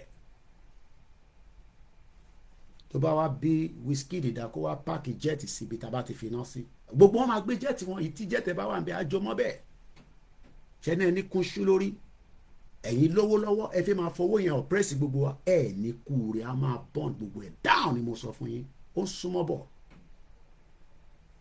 everything will be burnt down and we will go and start afresh gbogbo investors máa sá lọ kò dẹ̀ ní sí kankan tó ń pè ní ilẹ̀ Yorùbá mọ́ pẹ̀lú Nàìjíríà bó ṣó wá dá ká dé stage yẹn òun ní ìbéèrè tá à ń bí yín ẹ̀yin wèrè tẹ́ ní kún ṣírí lórí bí àgbàtà bá bẹ̀rẹ̀ sí finá sí spirit àwọn kan á dìde pé torí pé tó bá ń ṣe bẹ́ẹ̀ ni olórí burúkú ọmọ Yorùbá wà ní Europe tó wà tó jẹ́ pé àwọn èèyàn jà fún ni ó wá ti gbàwé ìwé tó fún wa àbí tó fi handicap gbogbo wa ìwé tó gbélé wa lọ́wọ́ tó fi handicap wa tí orí wa wà pé tẹ fi ń lọlé tẹ fi ń bọ̀ wàá jókòó sí abroad àwa máa bà nǹkan jẹ́ lọ́hùn wàá máa lọ lù mí but ò nílé wá sílé mọ́ for the next 3 years torí ọ̀rọ̀ tá à ń fà yìí tá a bá ti dé stage yẹn ọdún 3 ní kúrò lórí ẹ̀ ká tó máa wá solution sí gbogbo pé àfẹ́rẹ́ ṣètò àlọ́ máa bẹ̀rẹ̀ wa lọ́jọ́ iwájú ní ṣoríire ogun máa pa gbogbo yín ni nígbà tá a bá bà nǹkan jẹ́ tán àwa lọ́ máa bẹ̀rẹ̀ wa lọ́jọ́ iwájú torí pé à ń bẹ̀ yín nísìn ẹ̀ ń sọ fún wa pé orí wo ò pé àbí bẹ́ẹ̀ kọ́. So bí yẹn ṣe jẹ́ nìyẹn. Mo kí gbogbo ọlẹ́ nǹkan sí. Ẹ jẹ́ ká kọ̀ lọ straight sínú ó tó jọ́ mẹ́ta ká ti ka the good part, the good news and the path to prosperity. Mo tẹ̀ mọ́ bí ká báṣẹ́ dé. Ó ti tó jọ́ mẹ́ta nígbà tá a fi ṣe pàtí olóyè Ìgbòho ni àti stop ẹ̀, but hopefully màá rántí ibi tí a sọ̀rọ̀ dé so that ká lè tètè bẹ̀rẹ̀ sí nǹkan díẹ̀díẹ̀ torí ẹlòmíì ẹ̀mí ẹ̀ ti kúrò nínú eléyìí dẹ̀ ní ọ̀nà àbáyọ. A ti sọ̀rọ̀ nípa oríṣiríṣi, màá sáré kọ̀ fún yín ní summary torí ó ti tó jọ́ mẹ́ta làkàṣẹ́ mú kí gbogbo alẹ́ nǹkan sí. Ó gbọ́ mi rí àbí èwo lè ń sọ ipa máa jó nǹkan bó ṣe máa rí náà ló ti gbọ́ yẹn, kò ní dá fún dádì ẹ̀. IRA ọba British ìjà tó ń ṣe kékeré, Oxford Circus kò ń ṣe mẹ́ta kò ń ṣe márùn lọ bọ́ǹbẹ̀ dànù. So tó bá jẹ́ pé yẹn ìyẹn nìkan ló gbọ́ tó ń dùn ẹ̀ lọ sọ fún wọn pé bó ṣe máa rí náà láti sọ yẹn ó súnmọ́ bọ̀ ni, but àyè ṣì wà láti resolve gbogbo problem yìí kó má bàa dé stage yẹn. Àti dé nọ́mbà àti kálẹ̀, we shall kill corruption in our country àti kà yẹn. We shall have a trusted respectable media ó dà pa àti kà yẹn náà. We shall place great emphasis on sport mo rántí pa ti ṣe yẹn náà. We shall go very powerful for technology mo rò pa ti ṣe yẹn. Mo rò pé mo sọ̀rọ̀ lórí technology but mo rántí pé a sọ̀rọ̀ lórí sport. Anthony Joshua ní fún yín lówó. Bá Anthony Joshua ṣe wà ní nísìn tó bá ṣe ń fún wa ní $5 million nínú owó tó wà lọ́wọ́ ẹ̀ pé ká lọ́ọ́ fi jàjà yìí kò tí pọ̀ jù. Wọn kò ní fún wa. Ṣé má fi ẹ̀mí sọ́dọ̀ ẹ̀. Ẹ jẹ́ ká kọ̀ fi ẹ̀mí wa pé ìwọ̀nba gbogbo àwa tí a jọ ń jà yìí kọ́lọ̀ fún wa ní strength kó fún wa ní ọgbọ́n àtòye tá a máa fi parí ẹ̀. Ọmọ Yorùbá ni wọ́n à nílé wọn kúrò tá a bá gbalẹ̀ Yorùbá tán. Bọ́ pé ẹ̀ ń dúró de Ògúnlẹ́sẹ̀ tówó wà lọ́wọ́ ẹ̀ kó wá sponsor yín kò ní sponsor yín torí etí bàbá yẹn ò di. Ó gbọ́ pé à ń pèrè fún owó, a nídìí nǹkan, a nídìí láti ṣe Yorùbá nation, they are not interested. Bẹ́ẹ̀ ni bàbá mi kẹ́kẹ́ ọkọ̀ Ògúnlẹ́sẹ̀ is part of the system which is in bed with the Black Rock globalist system. Ẹlòmíràn tẹ́ mọ́ bá ń pè ní globalist kò gbọ́ rí. Báwo ló ṣe fi gbọ́? Àwọn tí a máa challenge lọ́jọ́ iwájú nìyẹn. Àwọn tó ń balẹ̀ ayé jẹ́ àwọn Bill Gates bẹ́ẹ̀ lọ bẹ́ẹ̀. So 20 la máa lọ nísìn. Bọ̀kákọ̀ fún yín ní brief gbogbo àwọn ibi tá a ti kà in terms of the content. We are a nation with proud roots and proud history. O ní láti lọ sọ ẹ̀yin tẹ́ bá yẹ pé lákọ̀ọ́kọ́ lẹ́sẹ̀ ń darapọ̀ mọ́ wa ẹ ní láti lọ sórí YouTube channel mi kẹ́ lọ sọ́wọ́ ẹ̀yìn pátápátá gbogbo ilé tí mò ń kà yìí headline náà la fi kọ́. Mo kí àwa Àṣà àti Ìṣe TV ẹ ṣe gan ni ẹ ka gbogbo ẹ rí gbogbo ilé tá a ti ṣe. So because yẹ́ ti fẹ́ tán so 1 2 3 4 5 6 7 8 9 10 11 ní topic tó kù. So we will be moving very fast so that ká lè ẹ̀yin tẹ́ wà lórí Instagram ó ti ń lọ á padà wá nígbà tí a bá ti end it after ó ti fẹ́ pé 1 hour so kò 27 or 19 seconds. Mo kẹ́yìn tẹ́ wà lórí Twitter space ẹ̀yin tẹ́ wà lórí YouTube àti Facebook tẹ́ bá mi gbọ́ ó lè share button inú wa dùn gan ṣe gan ni mo kí wa pé ẹ kálẹ́ depending on how far I can go but kò ní ju 2 hours lọ a dẹ̀ ti ṣe 1 hour already so títí aago kan by that time òun náà ti oúnjẹ tí mo já ti máa digest so mo ti sùn díẹ̀ ní pálọ̀ mi níbí báyìí so mo ṣe ní strength kékeré so but tí bá ti di pé ó di 1 o'clock mo gbọ́dọ̀ lọ jẹ́ kí body yẹn kó relax so that kí gbogbo àwọn organs yẹn kó ṣiṣẹ́ mọ́jú kó lè ríṣẹ́ ṣe so but for now mo ṣe ní another 1 hour tí mo lè fi ṣe program yẹn. Mo kí gbogbo alẹ́ nǹkan sí pé a kó ọ̀sẹ̀ tuntun Ọlọ́run tó ní ilẹ̀ Yorùbá òun ló ń jàjà ẹ̀ tó bá yá igi gan máa dìde tó máa jà òkúta máa dìde. Ilẹ̀ Yorùbá ní oríṣiríṣi nǹkan lọ́wọ́ gbogbo nǹkan pátá ló máa dìde. Mo kí gbogbo ẹ̀yin daddies wa àtẹ̀yin sisters àti aunties mi. So In independent Yoruba, we have suffered serious decline and agony. And tó bá wá fẹ́ intimon kai tẹ́ bá lọ sórí website wa méjèèjì, either the koikimedia.com or Koikimedia International News. Ẹ rí nínú bẹ̀, PDF ni ẹ download ẹ̀. Màá tún rí share sí inú page Koikimedia News channel wa lálẹ́ ọ̀bí àlàárọ̀ ọ̀la, so that fẹ́ni tó bá fẹ́ copy ọ̀fẹ́ ni bàbá Akíntóyè kọ́ lọ́nìkẹ́yìn náà mú dání láti lè máa kà fáwọn èèyàn. So we shall revive and strengthen our education. Mo kàn go back àwọn tàti ṣe sẹ́lẹ̀ ìtẹ́lẹ̀ so that kí brain wa lè fi refresh ibi tá a kà dé. First and foremost in our orílẹ̀-èdè Yorùbá, we shall seriously revive our national character. Our youth development program will transform our nation. We shall clean up our politics.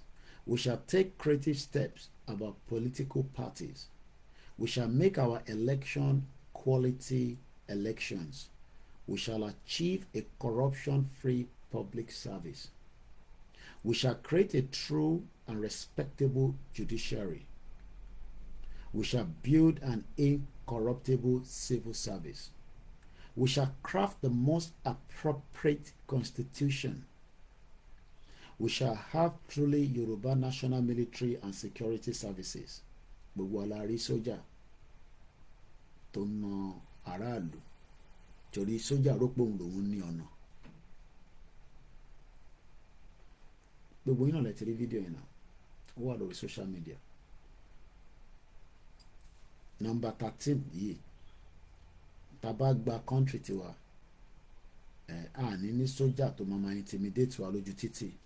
Kódà wọ́n bí dáàdì ẹ̀dá, because lájọ́ tèmi ti wà ní UK for 25 years.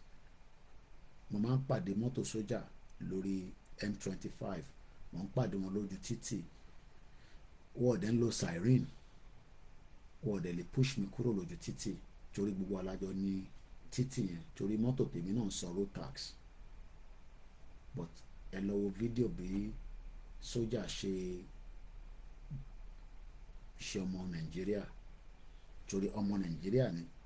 So ìwọ tó bá ń pèrè lọ́mọ Nàìjíríà, gbogbo àìsàn Nàìjíríà ló máa ṣe ẹ́ láṣẹ Èdùmàrè. Gbogbo ohun tó bá ń jẹ́ Nàìjíríà pátá ló gbọ́dọ̀ máa ṣe ẹ́. O ò dẹ̀ ní rí àdúrà fi ṣe láti fi resolve ẹ̀, kò ń ṣe pé torí pé spirituality wọ́n ń bẹ Ọlọ́run fún Nàìjíríà yẹn, Ọlọ́run ti fàya. So tí ìwọ bá wá ń rò pé Nàìjíríà máa favour ẹ̀, kò ní favour anybody. We shall evolve an effective foreign policy and service. We shall evolve the best immigration policy.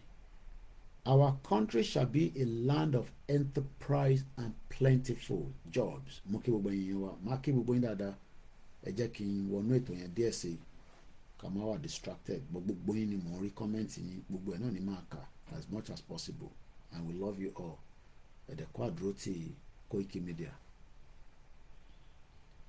We shall keep corruption in our country. Àwọn kan lè máa ní ṣó possible tó bá lọ global àfẹwọnú ẹ̀ lọ lálẹ́ torí àti ṣe gbogbo eléyìí tí mò ń kà yìí. Ẹ bá lọ sórí page mi padà sẹ́yìn, any of my channel, Facebook ni, YouTube ni, Instagram ni, kódà MixLR ni, gbogbo ẹ̀ pátá la ṣe analysis ẹ̀ for 1 week la fi ń ṣe analysis ẹ̀. Ẹ bá níbẹ̀ àwọn ìlú tó jẹ́ pé tó bá wà corrupt,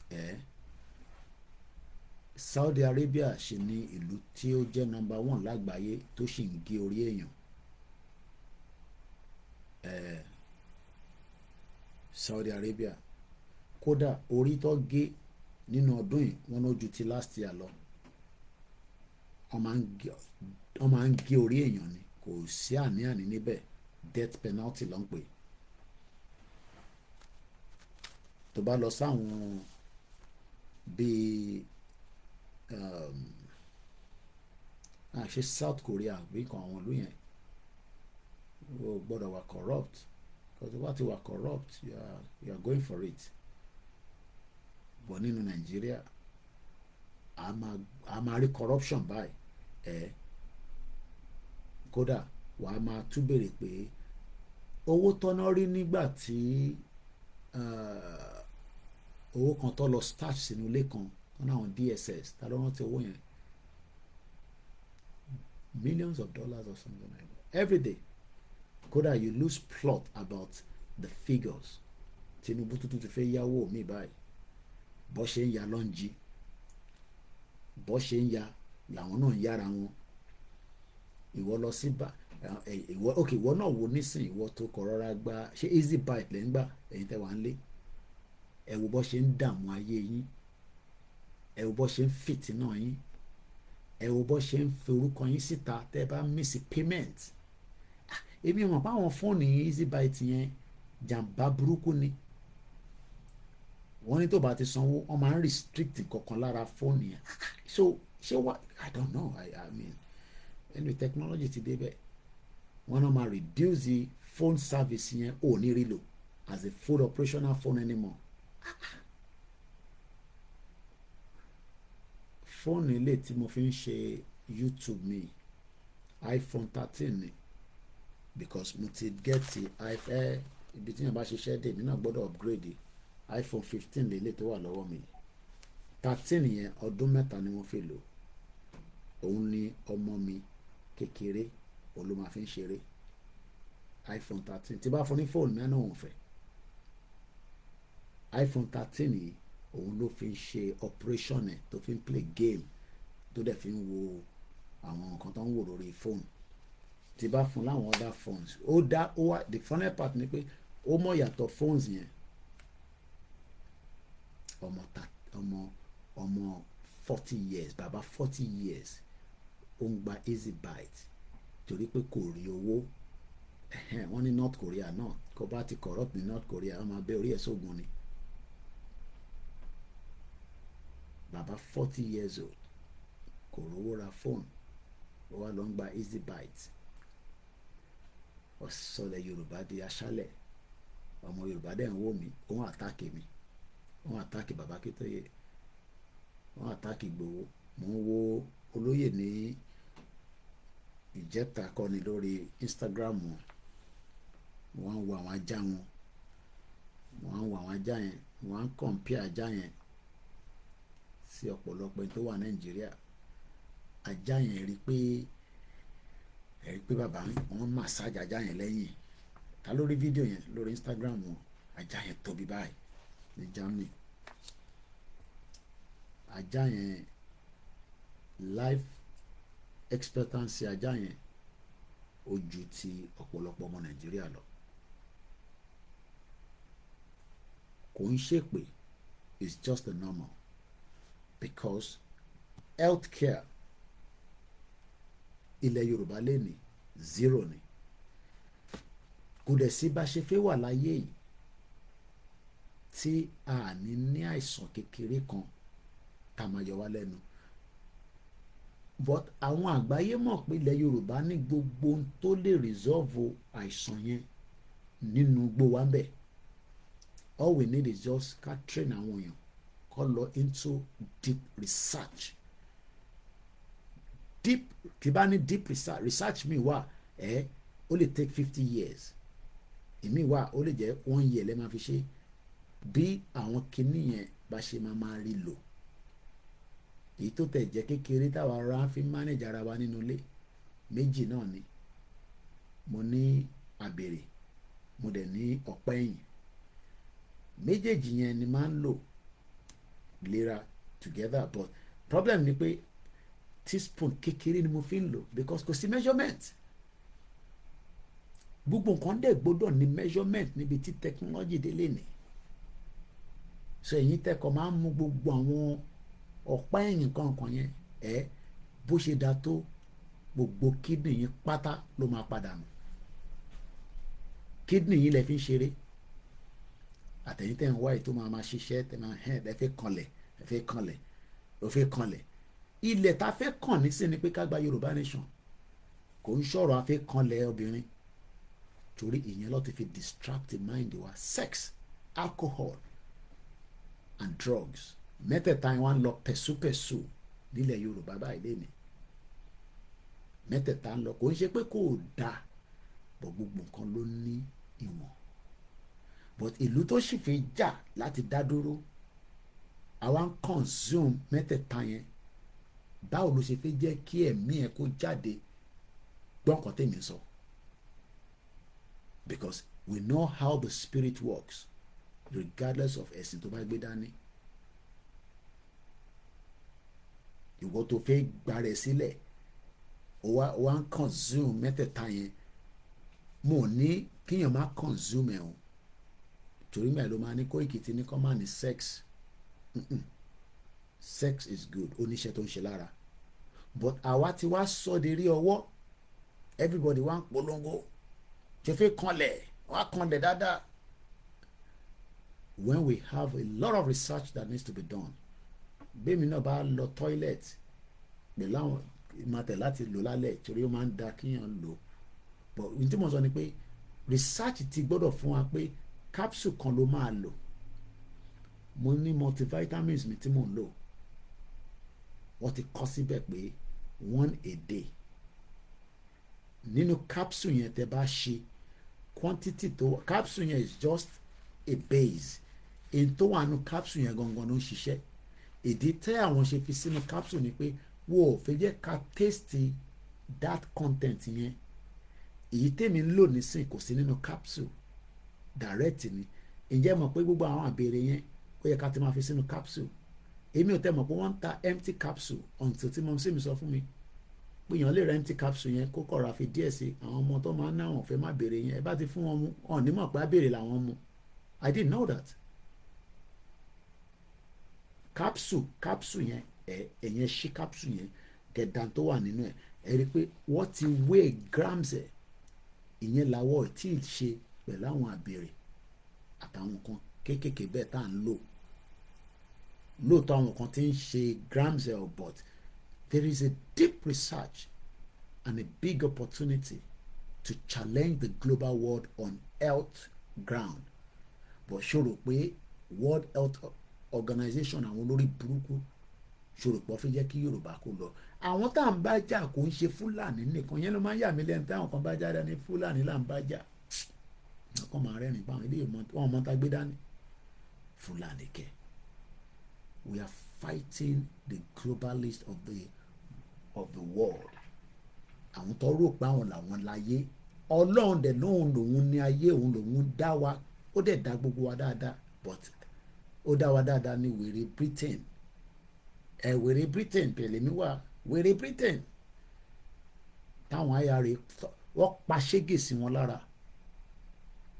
wọ́n pa ṣégè sí British soldier lára British náà pa wọ́n dáadáa but ẹlẹ́mìí ló máa last ló máa sọ Republic of Ireland máa padà dìlú ìlú yẹn ni wọ́n lọ nísìn tó wá ń wá against Yorùbá àbí yorùbá ọmọ Irish ti gba Irish passport ẹlòmíràn rò pé tóun bá ti gba passport yẹn òun ti wọ́n ti arrive wọ́n ti ní American passport wọ́n ti arrive ìjẹ́ wọ́n gbàdúrà pé kó ní Yorùbá passport tó lè gbé ẹ lọ sí anywhere around the world yàtọ̀ sí ìlú tá a bá ní kankan bá ṣe Malaysia wọ́n kọ sínú passport wọn don't go to Israel wọ́n ní any ties èmi ti mọ ilé ti pẹ́ because ẹ̀gbọ́n mi step brother mi ó fẹ́ ọmọ Malaysia kan tó gbé wọ̀lú ẹ̀ nàṣígòrè ni máa ń pọ̀ ọmọ náà passport wọn wọ́n kọ síbẹ̀ ni báwọn ní any relationship pẹ̀lú Israel má ṣeré lọ síbẹ̀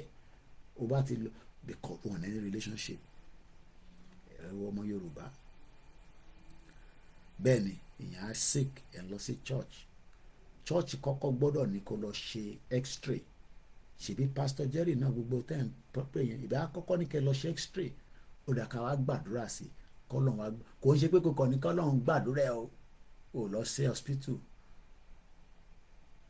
Elédùmarè wà pẹ̀lú wa so let's move swiftly because like I said 2 hours ní program yìí and I'm working with the time mo lè fẹ́ kí gbogbo wa dáadáa fún contribution wa. We shall have trusted and respectable public media. We shall place great emphasis on sport. So number 20 la fi bọ́ sí nísìn. we shall go very powerfully for technology. Ẹ wo òyìnbó tí bàbá Akíntóyè ló ń bẹ yẹn, a máa lo gbogbo nǹkan pátá fún technology. Human power ṣì máa wà, human brain ṣì máa ṣiṣẹ́, because lọ́dọ̀ tiwa nílẹ̀ Yorùbá a sì máa ní ìdọ̀pọ̀lọpọ̀ àwọn èèyàn wa láti lè bá wa ṣiṣẹ́. So let's go straight into that number 20, so jẹ́ page 65, kásáré kan tó wà níbẹ̀. Mo kí gbogbo ẹ̀yin èèyàn wa tí ẹ bá wa dá sí, gbogbo ẹ̀yin tí ẹ wà ní hospital floor tẹ́ ń ṣiṣẹ́, gbogbo ẹ̀yin nurse mi, ẹ̀yin aunties mi, gbogbo ẹ̀yin lawyers, ẹ̀yin private sector ní America ni ó ní sister mi kan, gbogbo ìgbà nínú mi máa ń dùn tí bá ń bá sọ̀rọ̀, kò gbọ́ Yorùbá dáadáa, tí bá ní baálé rẹ̀ ń kọ́ ní baálé mi wá ó, baálé mi wá ó, ọmọ Yorùbá àtàtà ni. Ó ní àwọn mẹ́ta ọmọ wá investor, ó ní àwọn mẹ́ta máa sọ local government àwọn máa sọ di New York. Àwọn ilé òṣèré 6 figure ló ń gbà lamẹ́ríkà ní iṣẹ́ tó ń ṣe, kọ́lọ́n bá wà pẹ̀lú ẹ̀. Wọ́n ní ó nífẹ̀ẹ́ Yorùbá, ó nífẹ̀ẹ́ ìrun ẹ̀. Mo mọ bí ọmọ tó bí sí Amẹ́ríkà tó gbọ́ Yorùbá kan lọ títí, èmi náà gbọ́ bọ̀, èmi náà sì máa ń ṣàkárẹ̀ pé ẹni Koiki ẹ kú iṣẹ́, ò gbọ́ Yorùbá, English ni kò sọ, ò gbọ́ Yorùbá, mo fẹ́ gbọ́ Yorùbá o, Yorùbá mélòó ló gbọ́? Ó nífẹ̀ẹ́ Yorùbá tó pọ̀. Àwọn tó ti há sí Amẹ́ríkà tó fẹ́ wálé tẹ̀ jẹ́ kó wálé nìyẹn, kó wá create iṣẹ́, àdúgbò ló máa create ẹ̀ sí. Ṣé pẹ̀lú àwọn criminal tí wọ́n rán ní gọ́ọ̀mẹ̀ntì lọ́wọ́lọ́wọ́ tó jẹ́ pé bó ṣe máa fẹ́ bá sùn pẹ̀lú owó ẹ̀ tó ń gbé bọ̀, bó ṣe máa fẹ́ bá sùn pẹ̀lú owó tó ń gbé bọ̀ làwọn máa wá wo prospect tó ń gbé bọ̀. How many diaspora ló ti gbé project lọ sílé? Ẹ̀yin tẹ́ ń gbọ́ mi, ṣùgbọ́n òun wò mí báyìí nísìn. Ní Koiki èmi dẹ̀ ló ń bá sọ̀rọ̀ yìí o, ship mọ́tò lọ́lé àti èrè àtowó mọ́tò gbogbo ẹ̀ ti há sàn.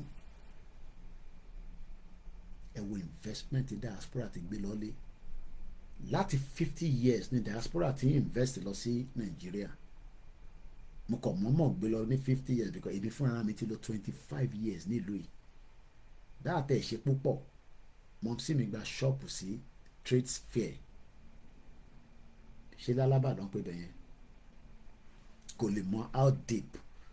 Younger sister mi 2 years òun relocate padà lọ sí Nàìjíríà ni. Ó mọ̀ ọmọ ẹ̀dá nítọ́ relocate lọ tá à ń bẹ níjọ́ náà lọ́n pé kí ló fẹ́ lọ ṣe Nàìjíríà, ó náà fẹ́ lọ contribute service. Ó padà wá sí bíbá ẹni pé ìlú òfò, ìlú burúkú. Ó relocate nígbà Fáṣọlá bomb pastor wa máa ń wọ́ndà tẹ́yìn tẹ́ wà ń lé tẹ́ máa ń pọ̀ wọn lé.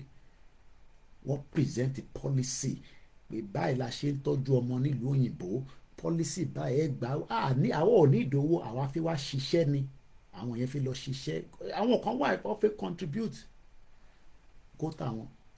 Ó lọlé, ó present paper, ó present policy, gbogbo ẹ̀. Nígbà tó di 2 years ó palẹ̀mọ́ ẹrù ẹ̀ padà wá sí UK. Master degree ló ní lọ́wọ́. Council tó ń bá ṣiṣẹ́ nílùú yìí wọ́n tọ́ ọba gbúrú ẹ̀ ọmọ máa yàgbẹ́ ni. Nígbà Fáṣọlá ni mo ń sọ kó má rò pé family tèmi ò fẹ́ contribute sílẹ̀ Yorùbá. Àní ká destroy gbogbo ẹ̀ this time around, ẹ̀ di ṣoríire gbogbo yín. One bastard. We shall go very powerful for technology. Son or daughter of Oòduà, read the following article from the New York Times. I'm reading this for the first time as well, okay? Of January 12, 2010. Mo ní bàbá Akíntóyè ẹni tí Elédùmarè fún ní ọgbọ́n àtòyé. Àwa kan ní ká ṣòro bàbá yẹn ká fàdúrà ràn lọ́wọ́ kó gbé wa délẹ̀ lérí. Kí iṣẹ́ má bàjẹ́. Torí àwọn wèrè kan wà bí iṣẹ́ yẹn ṣe máa bàjẹ́ òun lẹ̀ ń wá. Bàwa náà dúró bí ṣe sọ fún yín àti ṣàdúrà àti yín mọ́ ta lẹ́yìn. Gbogbo ń ta sọ́nà àdúrà yẹn àníṣàn ẹ̀ síta. 1 hour ni 1 hour of a serious prayer gidi tó ń ṣeré. Ìkan náà àwọn ìyá wa tajọ ṣàdúrà yẹn wà lórí program tó ń wò mí báyìí mo ní dárúkọ wọn. Àwa 4 ni kí n àdẹ̀ síbẹ̀ ìwọ náà create another set of prayer. I need láti add anybody. If not, kẹ́ lọ bá àwọn ìyá wa tó wọ́n ṣe multi-faith, kẹ́ lọ darapọ̀ mọ́ wọn. Torí a máa fi àdúrà ja ogun, a máa fi media ja ogun, a dẹ̀ máa fi brain power Yorùbá, a máa fi ja ogun. Mo ní tásìkò bá tó, British máa kó gbogbo ẹrù wọn, wọ́n máa sá lọ. Lẹ́tà ta fún wọn, wọ́n ní kò ní ṣiṣẹ́. Ta ló sọ fún wọn bẹ́ẹ̀? Lẹ́tà tí King Charles tó ń gbéyẹ̀wò lọ́wọ́ pé kí ló fẹ́ ṣẹlẹ̀ ní Nàìjíríà. O rò pé mo ṣeré? Mo sọ èmi intelligent lè ní sọ fún yín ní tí mo kọ́ra yán yẹn fún yín ni o. Bẹ́ẹ̀ lẹ́gbẹ́ lẹ́nu mi. Lẹ́tà tí King Charles ń gbéyẹ̀wò lọ́wọ́lọ́wọ́ nísìnyí tó ọmọ tó fẹ́ ṣẹlẹ̀. Àwọn ń ṣe Biafra o. Biafra máa ja ogun, àwọn ti ready fogun, but àwa máa sọ fún wọn pé Yorùbá ló ní ọpọlọ àtọgbọ́n. Kọ́ má dá sọ̀rọ̀ tó wà nílẹ̀. Mo ní ẹni máa kú máa kú, ẹni máa yé ni, kò ní dá fún gbogbo yẹn ní ṣoríire. Lẹ́tà tá gbé lọ King Charles, fact lẹ́gbọ́n lẹ́nu mi lálẹ́. King Charles ń gbé yẹ̀wò lọ́wọ́ báyìí. Ẹni máa kú, ẹni máa yé. Àná àwa lá nílẹ̀ Yorùbá kò díẹ̀. Please read it carefully and thoroughly. This is it. Jews are a famously accomplished group. They make up 0.2% of the world population, but 54% of the world chess champions, 27% of the Nobel Physics laureates, 31% of the medicine laureate. Jews make up 2% of the US population, but 21% of the Ivy League student bodies, 26% of the Kennedy Center honorees, 37% of academic award-winning directors, 38% of those on a recent Business Week list of leading philanthropists, 51% of the Pulitzer Prize winners for nonfiction. The most resourceful Israels are now going into technology and commerce and not politics, like àwọn olórí burúkú politicians in àwọn olè. All they know is politics of Eba and Amala and Gbegiri, politics that they pay people 3,000 naira and people accept it, while the world is moving on a different scale. Elon Musk is just one person. One person is not a country. Elon Musk is far better than Nigeria as a whole country. So what is the essence of that unity nonsense you are talking about? That your brain cannot start processing things quickly. But do we blame you? Spiritually, you have been conquered. Àwa la máa sórí spirit tó sùn yẹn a máa gún lábẹ́rẹ́, ó gbọ́dọ̀ dìde, ó gbọ́dọ̀ gbọ́n tí mò ń sọ. That your spirit that they've kept to be sleeping for decades, just like they kept my sleeping, because they kept my own sleeping until it was awoken fully 4 years ago. Adúpẹ́ f'Ọlọ́run.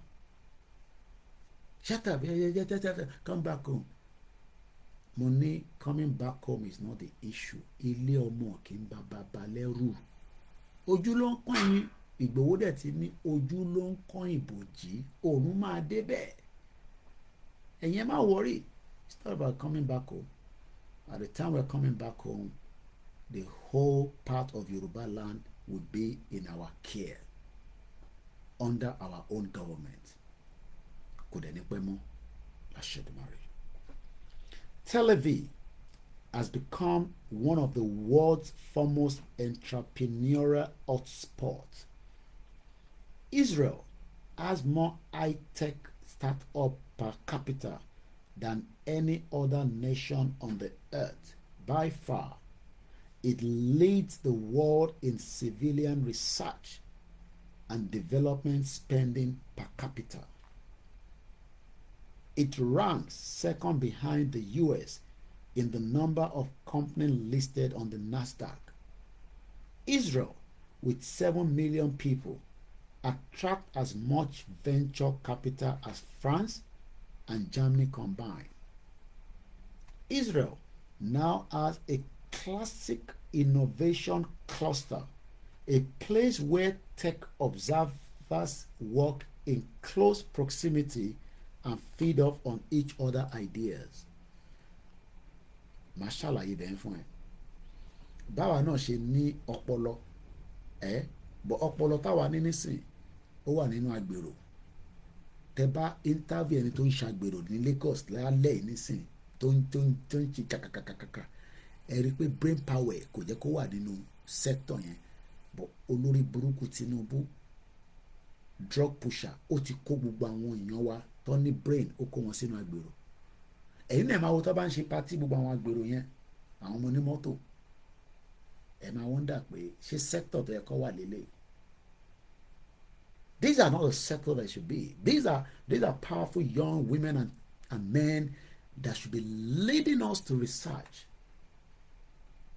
Wọ́n wá hélè èèyàn kan máa káwọ́ sókè ẹ̀mí mọ́lẹ̀ ká kọjá. A terrible waste of time. That is what Tinubu did in Lagos State and most part of the Southwest, and destroy every innocent Yoruba men and women and turn them to thugs. Now, after reading that article, are you thinking what I am thinking? With a question mark. Here is what I am thinking and what I am dreaming of, what I believe I shall see in this life. Someone will write an article similar to this on Yoruba people sometime not far from now. But it can only happen if we truly work towards it in Jesus' name. If we do not work towards this now, all these will just be something that you will listen to, and British will be happy to keep us together for the next 50 years. It will not happen. But I can't do this alone. We need everybody. We need millions of Yoruba people to wake up now. Does not matter whatever your beliefs are. Your only belief should be how to rescue your people from the bondage of this criminal British entrepreneur called Nigeria. Would I can record it as an audio so that it will be easy for me. All right, let's start again and quickly, make a recording of it so that I can share it out. Koikimedia bringing the world closer to your doorstep. 20th 11/2024. The good news, path to prosperity in our orílẹ̀-èdè Yòrùbá by Professor Adebanji Akintoye. We shall go very powerfully for technology. Son or daughter of Oòduà. Read the following article from the New York Times of January 12, 2010. Please read it carefully and thoughtfully. This is it. Jews are famously accomplished group. They make up 0.2% of the world population, but 54% of the world chess champions, 27% of the Nobel Physics laureates, 31% of the medicine laureate. Jews make up 2% of the US population, but 21% of the Ivy League student bodies, 26% of the Kennedy Center honorees, 37% of the academic award-winning directors, 38% of those on a recent Business Week list of leading philanthropies, 51% of the Pulitzer Prize winners for non-fiction. The most resourceful Israels are now going into technology and commerce, not politics. This has had an invigorating effect on Israel's economy. Tel Aviv has become one of the world's foremost entrepreneurial hotspots. Israel has more high-tech startups per capita than any other nation on the earth. By far, it leads the world in civilian research and development spending per capita. It ranks second behind the US in the number of companies listed on the NASDAQ. Israel, with 7 million people, attracts as much venture capital as France and Germany combined. Israel now has a classic innovation cluster, a place where tech observers work in close proximity and feed off each other's ideas. Now, after reading that article, are you thinking what I am thinking? Here is what I am thinking, what I am dreaming of, what I believe I shall see in this life, that someone will write an article similar to this on us, Yoruba people, sometime not far from now, like this. Yorubas are the famously accomplished people. They make up 0.9% of the world population, but 54% of the world chess champions, 27% of the Nobel Physics laureate, 31% of the medicine laureate.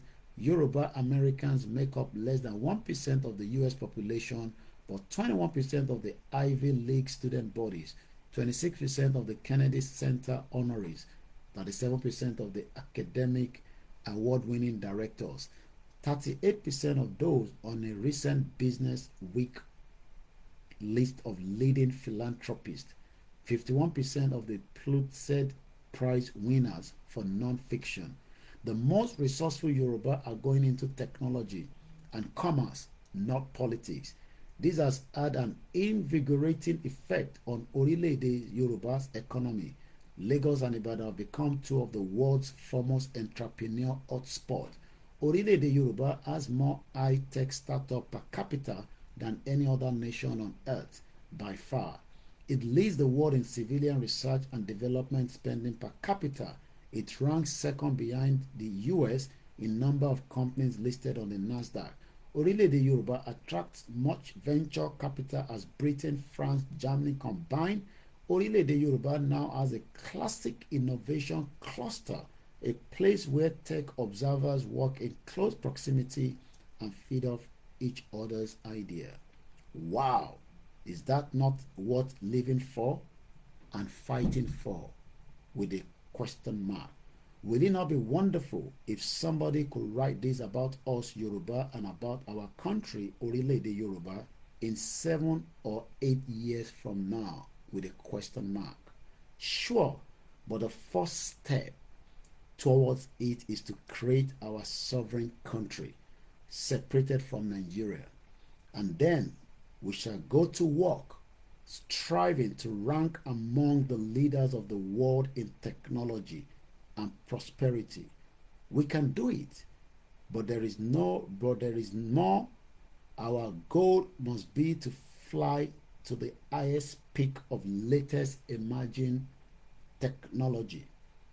We shall do so by investing heavily in the needed infrastructure and learning properties for our youth. Indians did that for their youth 25 years ago. And on the height of today's technology, Indians are up in the greatest companies in the world.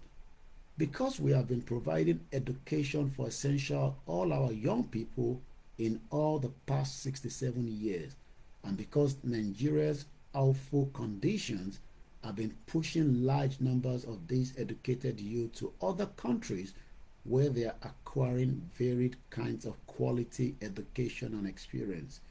We Yoruba already have the vehicle that will take us to the top of the world in technology. We are ready to fly. Good news. Path to Prosperity, Orílẹ̀-èdè Yoruba, by Professor Adebanji Akitoye. Koikimedia, bringing the world closer to your doorstep. If you come across the audio, all you can do is just to share. Maybe this will wake up the spirit of somebody. We've listened to that, and we will do more of analysis of this for the next couple of days before we move to the next topic. Mokiya Tobi Miloma, welcome to the program.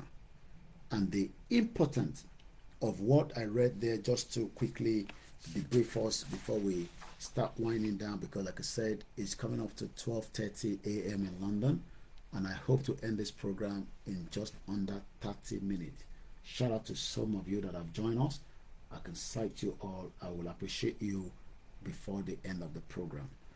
Intagboni benye oni pe Baba Akitoye. Baba Akitoye ó jẹ́ kó yé wa pé tí a bá gbéra ńlẹ̀ ká tètè sáré ní kíákíá. Ọ̀pọ̀lọpọ̀ àwọn ọmọ Yorùbá a máa ní àǹfààní àti ṣe ọ̀pọ̀lọpọ̀ nǹkan lénìí fún ìran wa àti fún gbogbo àgbáyé. But tá a bá jókòó sínú Nàìjíríà, a máa wá technology nígbà tá a bá ń pa fóònù wa tí a lè rí yín bá sọ̀rọ̀. Àbí ó mọ̀ pé ìyẹn kì í pa fóònù nínú ibi tí ilé ayé dé lénìí torí pé ó fẹ́ save data. Ara jàǹbá tí Nàìjíríà kọ́kọ́ ṣe nìyẹn. Ara jàǹbá tí Nàìjíríà ṣe ni pé wàá máa wá iná láti fi charge fóònù ẹ kí a lè fi láǹfààní àti bẹ́ẹ̀ sọ̀rọ̀. Ìwọ náà wá wo ibi táwọn Jew tó ṣiṣẹ́ dé lénìí ní Amẹ́ríkà. Wọ́n ní 2% ni wọ́n in the world population gẹ́gẹ́ bí máàpù tí mo fi wọ̀n yìí. Àmọ́ 54% wọn àwọn ni world chess champion. Gbogbo náà la mọ̀ ìdíje chess, CHESS, Charlie Hotel Echo Sugar Sugar. Wọ́n náà wọ́n ní 27% of the Nobel Physics laureate. Púpọ̀ nínú wa fẹ́ ṣe physics, but nígbà tó jẹ́ pé èdè òyìnbó ni wọ́n fẹ́ fi kọ́ wa ní school, ọ̀pọ̀lọpọ̀ wa sá. Tó bá jẹ́ pé èdè abínibí wa tó jẹ́ èdè ọmọ Yorùbá ni wọ́n fẹ́ fi kọ́ wa ní physics, púpọ̀ nínú wa máa lọ kọ́ physics yẹn. Àmọ́ àwọn Júù lénìí àwọn ni 27% of the Nobel Physics laureate. Wọ́n tún wá sọ fún wa pé 31% of the medicine laureate àwọn Júù náà ni. Ṣé mọ̀ pé èdè Yorùbá òun ló yẹ ká fi build gbogbo tó ń pè ní medicinal usage wa, torí pé Ọlọ́run ló dá ewé àti egbò. Má máa sá fún. Tó bá ní kó wá kọ́ nípa ewé àti egbò, kò ń ṣe pé wọ́n ní kó wá di babaláwo. Àmọ́ lénìí gbogbo àwọn tó jẹ́ iléeṣẹ́ ńláńlá tó ń produce oògùn, ewé àti egbò yìí náà òun ló fi ń lò, ló fi ń ṣe. Nígbà tá a tún sọ̀rọ̀ lọ, wọ́n ní Jew 2% péré ni wọ́n ní United States of America tó gbára ẹ̀ sílẹ̀ lọ́wọ́ Britain ní 1776. Tí Yorùbá ò bá gbára ẹ̀ sílẹ̀ nínú Nàìjíríà, àtẹ̀ lè ṣe kankan nínú Nàìjíríà, àmọ́ a lè darapọ̀ mọ́ àgbáyé láti máa ṣe bẹ̀bẹ̀. Ìyẹn la ṣe ń rí gbogbo ọmọ Yorùbá tó ń ṣe bẹ̀bẹ̀ níta. Ọmọ Yorùbá tó fẹ́ ṣe bẹ̀bẹ̀ nílé, ó mà ṣetán láti bí ọdún 10 ó sì ń wáṣẹ́, nígbà tó jẹ́ pé àwọn tọ́jọ́ ṣetán ní that same era níbi ìlú míì wọ́n ti wà ní research center, wọ́n ń gbowó dáadáa, wọ́n ń ṣe dáadáa. Ìyẹn ni tó kúrò nílé tó jẹ́ nurse tó bá ṣe ń wọ London within 1 year ṣe ló ń ra lé. Àmọ́ ẹni tó wà nílé kò tẹ̀ tí rí ilé face my face you gbé, kódà èyí tó nílé face my face you òun wá wo rẹ́ǹtẹ̀. Ìdí tá a ṣe ń pariwo pé a fẹ́ Yorùbá country òun ni pé àwọn Jews wọ́n ní 2% ni wọ́n ní United States of America, but 21% of them have been Ivy League student bodies. Ivy yẹn which is IVY, one of the best institution ìyẹn nílùú America. Kódà wọ́n jẹ́ kó yé wa pé 26% of the Kennedy Center honorees àwọn ọmọ Júù náà ni. 37% of academic award-winning directors. Gbogbo ilé ìtàn sọ yìí kò máa ṣe politics olè, politics àǹfààní tó ṣe kankan fún ọmọ Yorùbá là ń sọ yìí. Politics gba 3,000 lọ dúró títí di 4 years. A ní politics kan ló máa fún wa lówó lọ́jọ́ iwájú. In tó máa fún wa lówó òun ni human talent. Bọ́ká tó lè rí human talent, àkọ́kọ́ gbọ́dọ̀ kúrò ní Nàìjíríà, torí ọ̀pọ̀lọpọ̀ ọmọ Yorùbá kódà gbogbo àwọn school tá à ń rí lẹ́nu nísìn wọn ní toilet. Báwo lọmọ ṣe fẹ́ wá lọ sí school tí kò ní toilet? Nígbà tí toilet ò bá ṣiṣẹ́, báwo ni ọmọ yẹn ṣe fẹ́ kọ́ ẹ̀kọ́ tó máa yé dáadáa? Torí nígbà tó bá di pé ó fẹ́ gbọ̀nsẹ̀, àwa wọnú igbó lọ, Ọlọ́run má jẹ́ kí ejò kó ṣàn jẹ mọ́ bẹ́ẹ̀. Wọ́n jẹ́ kó yé wa pé ní 38% of those on a recent Business Week list of leading philanthropists àwọn Júù náà ni. Wọ́n wá tí wá jẹ́ kó yé wa pé ní gbogbo ilẹ̀ Israel technology òun ni wọ́n fi ń jẹun. Kò sẹ́nì kankan tó ń fi politics jẹun. Politics olè, politics bàráwò bánsá, politics jẹ́ kí n jẹ, politics ṣògùn fúnra yín, politics máa léra yín pa. Òun lẹ̀ ń ṣe ní Nàìjíríà. Ìyẹn lẹ̀ ṣe fẹ́ ká pín, torí ẹ mọ̀ pé technology la máa lò láti fi ṣe kíni, láti fi tẹ̀síwájú. Ìdí tá a ṣe ń sọ pé ìrìn àjò tó kù Yorùbá nation òun nìkan lọ́nà àbáyọ. Elédùmarè á dẹ̀ fún wa ṣe.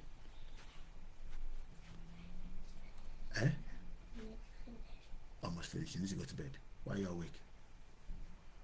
Go to sleep in your mom's room. I'll pick you up. Okay? So, let's appreciate you before I end the program, and we will kickstart again in the morning. Let's start with Instagram and appreciate those of you. I'm going to be sharing this audio out now. If you come across it, more recording. Where is it now? That's strange. I had another one recorded.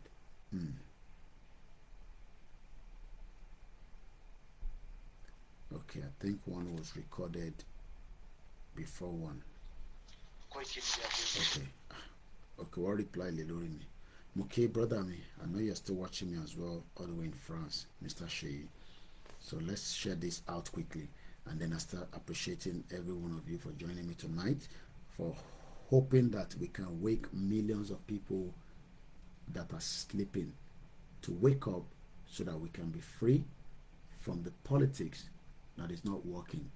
I know you're always with me. The first thing we need to fight is to create that awareness, especially among students who are. That's the area that Alhaji Bashiru is always concerned. Koiki, báwo la ṣe lè penetrate àwọn tó wà ní university? Àwọn gangan níṣẹ́ ìwà lọ́wọ́ ẹ̀. Wàhálà tó ń ṣe ìwọ ṣáà wá àwọn ọmọ yẹn. They will do all the work that you are doing right now. Ẹ̀yin tí ẹ bá mọ àwọn students, ẹ bá wa sọ fún wọn pé their future is brighter in the option to come out of Nigeria. But if they are still being used by politicians for all this cultism and all that, it's not helping. So, I will play my role. We all have a role to play. Koiki, how do we mobilize people? You can do it as well. Kódà tó bá jẹ́ pé this small audio, Baba wa send the message to me. He was so excited. I believe he's in Nigeria. I don't know which of my audio that he listened to, and he promised to convert it to newsprint. I was shocked. One of my converters in newsprint. That is what we want you to do. We are doing everything possible best to make the program shorter. Koda, I was watching Dr. Zabi, he has done 34 minutes. Today, I cannot do all those, but my team are doing 40 minutes. All this small audio now that we are doing is to also enhance the awareness. Nobody wants a war. Nobody wants destruction. Look, if Tinubu can allow us to go separate, Biafra go separate, why do we need to destroy anything? We don't need to destroy anything. But it seems that we need to first build a strong awareness campaign. Look, Nigeria has been together for 64 years. It will take time to break that barrier, to wake the minds of the people and let them know that it is no longer about election. It is now about the true meaning of who we are to exit Nigeria. So so I'll be sharing the audio more. I believe I've shared it out already to some few places. All you need to do is just share to the next person. These two audio and Tobagbo, something should inspire them, even if they are still doubting. Because I don't know why Yoruba people are like thinking, what is in it for you? Why are you doing this? My name will be recognized for a very long time. That for me is great. And if there's going to be something in the near future, why not? Somebody was, I can mention his name, but just, I don't want to mention. When somebody met him, and they were talking about me, and the person said, well, I'm doing very well, but it seems that the fame, I'm getting carried away. And the person told this individual that, but she built him when koto bere Yòrùbá nation, wani beni, and we worked with you before. So what fame are you talking about? This guy has been out there in the public domain. I've come to Nigeria to do a lot of coverage. I'm in UK and my team are working, and I'm talking about as far back as 2015, 2014, 13. You know, I joined Facebook in 2007, and I've had 15 staff as far back as before I went home in 2015. But Imololin in 2015 is when some of them came to meet me personally. I never know them. I picked them from the social media. Some of them have left, but at least about 4, 5 of them are still with me till date. Few of them left, and they have the right to leave. And I only met them on social media. I picked them randomly on social media. And I remember coming home then, I think Yaba, you know, we're all excited. We sat down, we talked, had a good meal and all that. So some of you might just think maybe this guy just pop up somewhere. No, I didn't pop up anywhere. I've contributed my own quota with the hope that Nigeria will work. Just like Simon Ekpa. How many of you know that Simon Ekpa was running for Nigeria? Oman Sarifun Nigeria. Simon Ekpa is, I don't know whether it's 100 meter, 400 meter, or 200 meter. He's a runner. He had an award with Nigeria. I told them, I think he has resent back all the award back to them.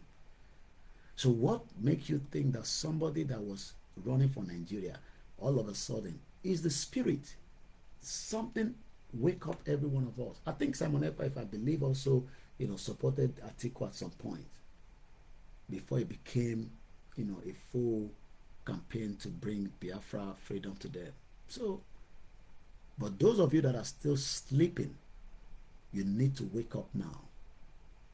Yeah, my Instagram has been back for a while, and I'm trying to keep my utterances very, very, you know, smooth on it, because it's only one that takes me out. So let me appreciate you, because if not, my time will be up and I need to go to bed. Let me quickly read simple rhymes here. Until the lions have their own historian, the history of the hunt will only glorify the hunters. Chino Achebe. Keke Okos, thank you so much. Jazz Song Kiki on Instagram, thank you. Yawa Fatima Mustafa Shigoni, thank you so much for joining us this morning. Babawa Tajuddin Alowonle Olusegun, thank you so much. And I guess those are the ones I can see on Instagram. Let me quickly appreciate on the Facebook, Mukie Okwe. Remember to support this platform. We need your contribution, like I always say, so that we can become stronger than Fox News and NBC, and it will be of benefit for Yoruba people. There's a lot that this platform can do if we have money. You'll be surprised. I can tell you.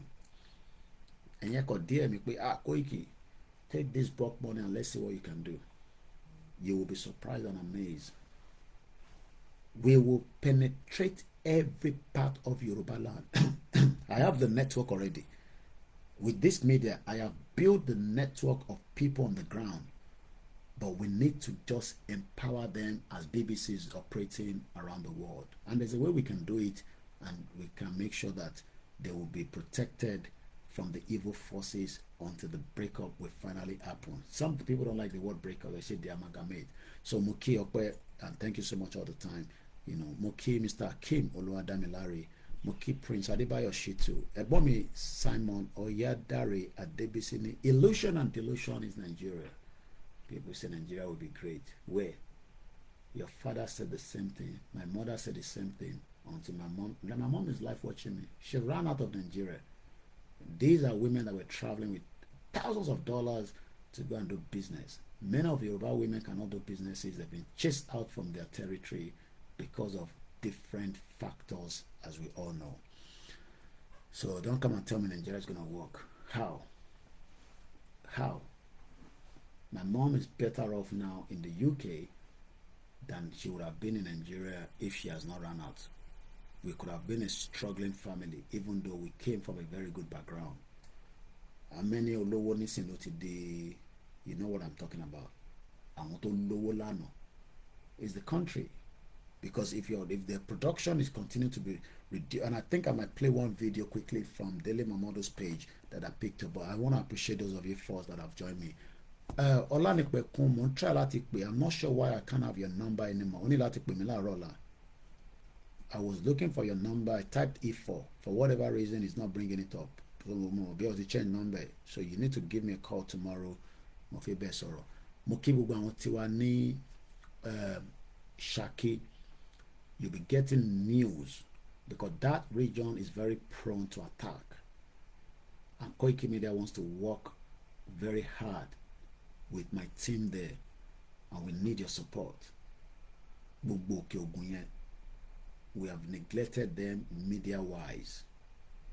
So we are now penetrating back to make sure that they are up on the task. Some of the videos that you saw recently came from that region. They are fully ready for fight.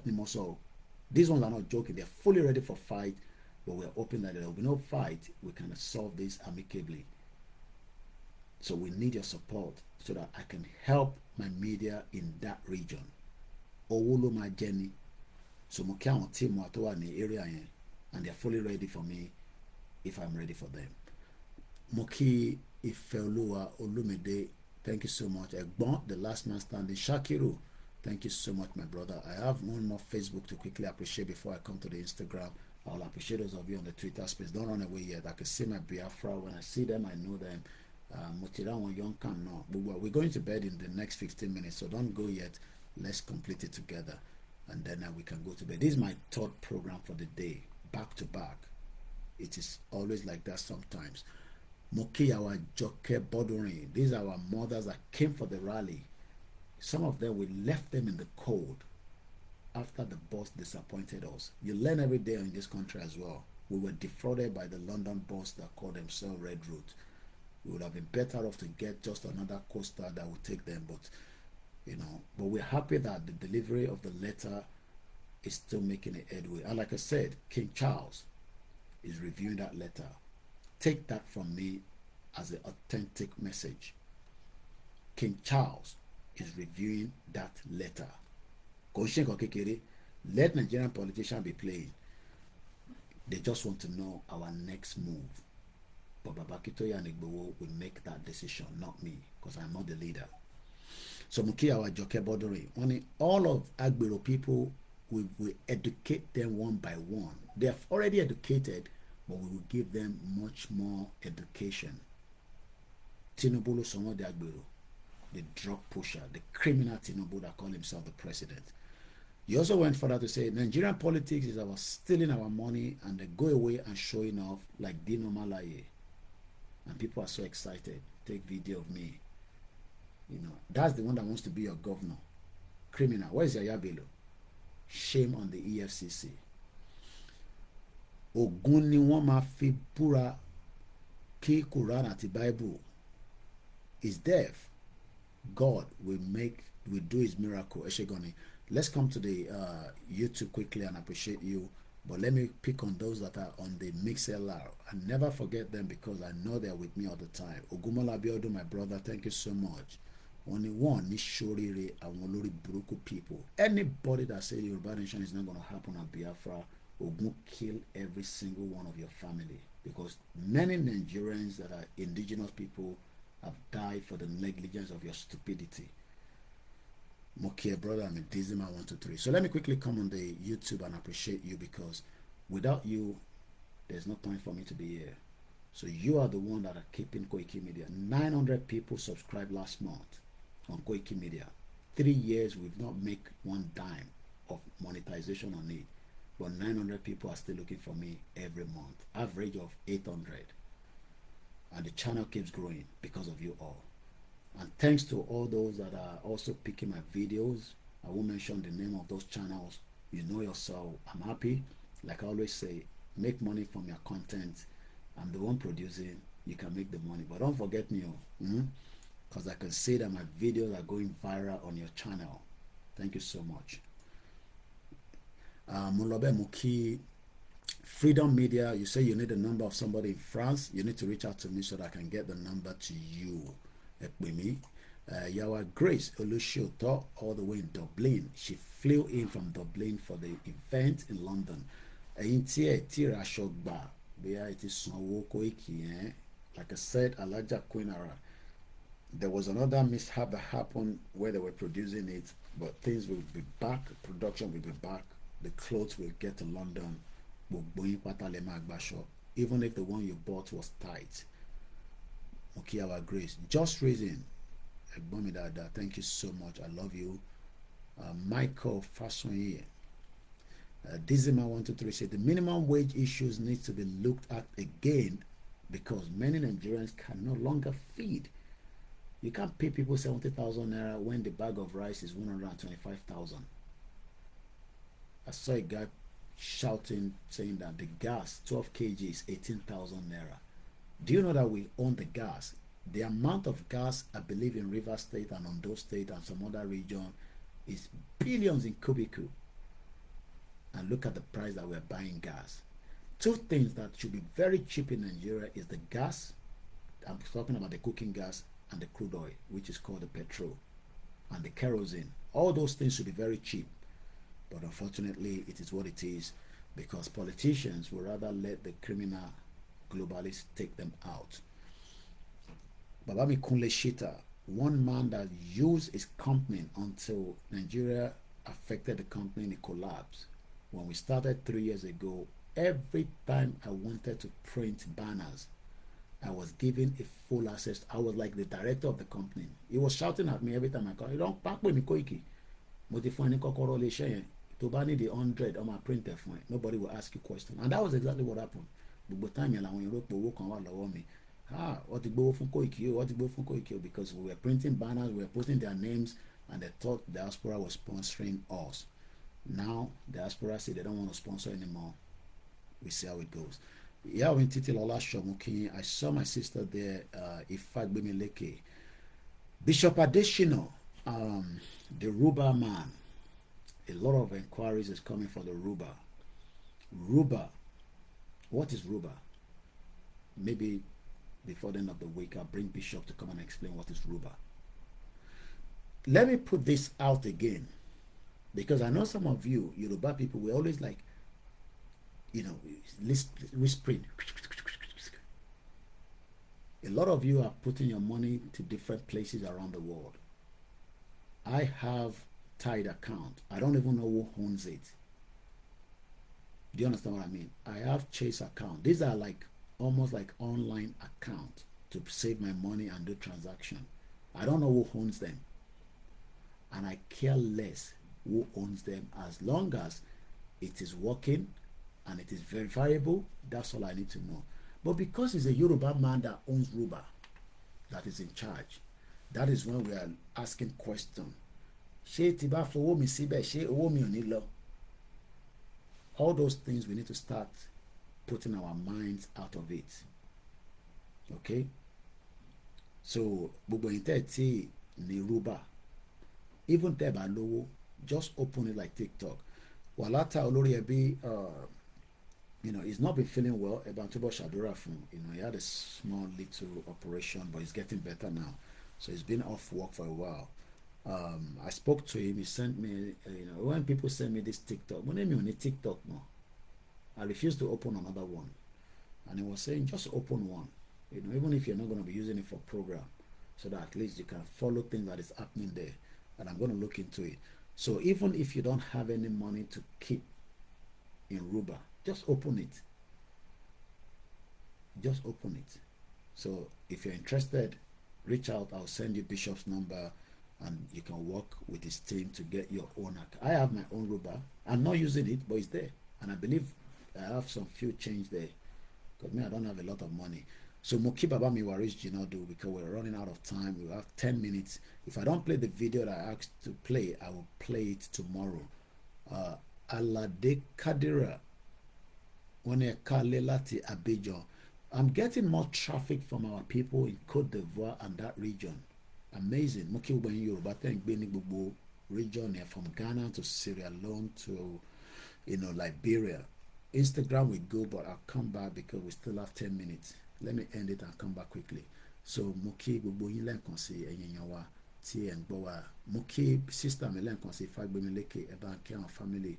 Ọlọ́run túbọ̀ foríjì ìyá àbá àtẹ̀wọ̀n sáfẹ́fẹ́ rẹ̀ àfi mọ̀lẹ́bí náà. Gbogbo àwọn tó ń go through one pain or the other. Many people that have jackpot to UK are going through a lot. Let's pray for our people.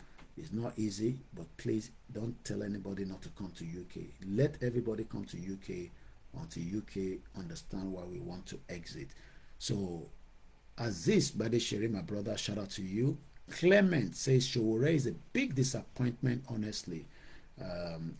How can we change Showore's mind from loving Nigeria? I don't know. But he's still a brother, and I still appreciate, the great work he has done for humanity. Thank you so much, Clement. I keep seeing your contribution, online, offline. Moki Ashake TV show, Eshigoni. Boboye Temidayo, thank you so much. Iyawa Clara Gregory, Yoruba Nation is a must. We must achieve that in a short period of time, or else it will be war. Nobody wants a war, but they're pushing for it. Iyawa Titilayo Larewaju, Yoruba Nation, Lukman Akiremi, Usman Wahab, yes, Clement say your children are smart kids. My son loves his iPhone 13 now. Amanja for this. I just transferred one of my last app into this one. I still have one more there. So every time I still have to go into the old phone. Talotu Ayami Elizabeth Adesonya Muki. Just to appreciate us that we see you. If I don't mention your name, please don't get upset. Delix, good morning to you. Akintade Olaya, Big Joe Joshua, thank you so much. Dizzy man, Yoruba self-determination is like a self-determination of India, Pakistan, Bangladesh, divided into 3 countries without any war. And they are powerful countries today. Those 3 countries. Babami Alabebanki, Mommy Midada. It was nice to see the 2 of them. Their tight schedule, they still made it to the dinner. People change their itineraries, their planning for Igboho dinner and rally. We're grateful. Some of the gadget that I bought, I couldn't even use it that day. There was a lot of things that went wrong, but we give thanks that we were still able to hold on to the day. So the gadget I hear is not for me, it's for the purpose of the movement. Some of them I might send it to Nigeria for my team, so that they can make use of it. Bishop Adesina Morila and can say, okay, Kayode, good morning to you. Adebisi Boboye, thank you so much. Please, your Instagram is back. I don't see any notification for a while. It's back, but not Olayomi Koiki, Koikimedia alone. Sin 857, thank you so much. Me, I supported Nigeria till I realized that it ain't going nowhere. I spent 10 years with the Nigerian community. I never regret it. I was even given an award. 10 years. I was walking back to back. But all Abikeda, every one of them, all your governors, past and present, when I come to London, they must look for Koikimedia. I was there serving them. They want, even when KBC came to London, but only for us to realize that nothing called Nigeria.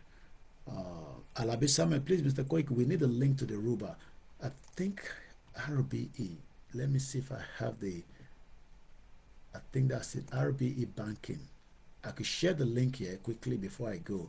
It's called www.rbebanking.org. Just go there, sign up for it. Even if you tell about they need it, even if you don't trust it, just go and sign, because I know some of you don't trust it. Just sign up and leave it there, because one day we don't want you to lose your money in your Naira account, especially nobody knows what is going to happen. So link any motivation in the comment section in case you can follow it up. They have their custom. It's called www.rba, as in Romeo Bravo Echo, then banking.org. So you can go there and then make all your inquiries from there. And Babakitoye endorsed it as well. So whatever our leader endorsed, Igboho endorsed it as well. And don't go and call Igboho and be saying, "She Koiki survive on social media." Don't do that. The man look Igboho lẹ́yìn. Ẹ lè bà àárín àti Igboho jẹ́. Ọlọ́run ló so wá papọ̀. Kò lè sí nǹkan kan tó máa yà wá. Okay? I love him and he loved me. And I told him that when I went home in 2021.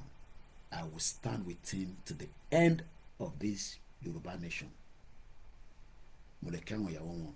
Mo kí mọ́mì mi ìyá mi Kẹ́mi Fáṣọlá, mo ṣe rí Mr. Samson Ọ̀yáwọlé, bàbá dáadáa. Àwọn bàbá tó mọ̀. Mo ń gbọ́ fídíò tí mo fi play yẹn because my time is up. They were saying that Lagos had the best water system than France, UK, and many countries. Lagos, back then. But that video we will play tomorrow.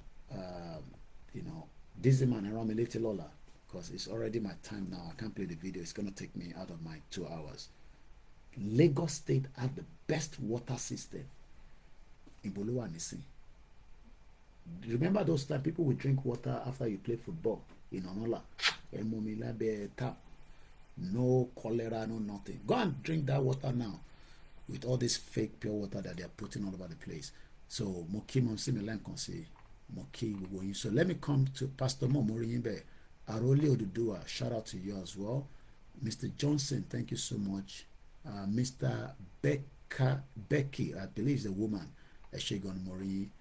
Abiodun Monday, thank you so much. And to the super chat, Ibokunluwa, Eshegon, Mukiawa Comfort Ologunja. Mr. Joseph Olonda Mokiyi, Badamosi Smiler. We are not more interested in that country called Nigeria. Hassan Tijani Mokiyi, Salaam alaikum to the sisters, brothers and sisters, and Bishop Raphael Olukwanle. I have one of my head boy, they said before me, America, I can't remember the full name now, but one lady, son name, brilliant Yoruba people, brilliant Biafra people, brilliant Hausa people. Let's go our separate ways and go and showcase our true selves. Anybody who won't be Sharia, may they be Sharia. The one we don't want to be Sharia, we go stay and do things the way we want to do it. Even Riyadh is opening up right now. So let me appreciate Akede, Young Khan, I can cite you there. You know, Chinedu, all the Biafra, these ones, they don't sign. If Yoruba no go, they go. They don't care whatever is going to be, they are ready to exit because they are fed up, you know, and they're saying Yoruba people, you two can push it. Push, maybe we push together. But as usual, we get this Afanja where they abuse Biafra, they abuse Igbo, we have Igbo that abuse Yoruba, but me, I don't want to be distracted. Self-determination, they want to go, let them go. That's where I stand. Raw talent, I cite you as well as Shegoni. So D-Don, Identity Biafra, I cite you. Thanks for staying tuned. Even though I was speaking Yoruba, some of you don't understand a lot of Yoruba, but you're still enjoying the program. Jeremiah Omojaro, thank you so much. I love your United Nations background. Indigenous people have the right to self-determination. By the virtue of that right, they are freely determine their political status and freely pursue their economic and social development. Mr. Okweyemi Owolabi Mukiyi, I am not fighting any Yoruba man, neither am I fighting any Yoruba woman. But if you disagree and you come for us, whether you are old man or not old man, I will attack you with my media. That is what I'm good at. I will curse you, I will curse the generation, because what we're fighting for is for the benefit of every one of us. And that's how far I can go this morning. Thank you so much once again.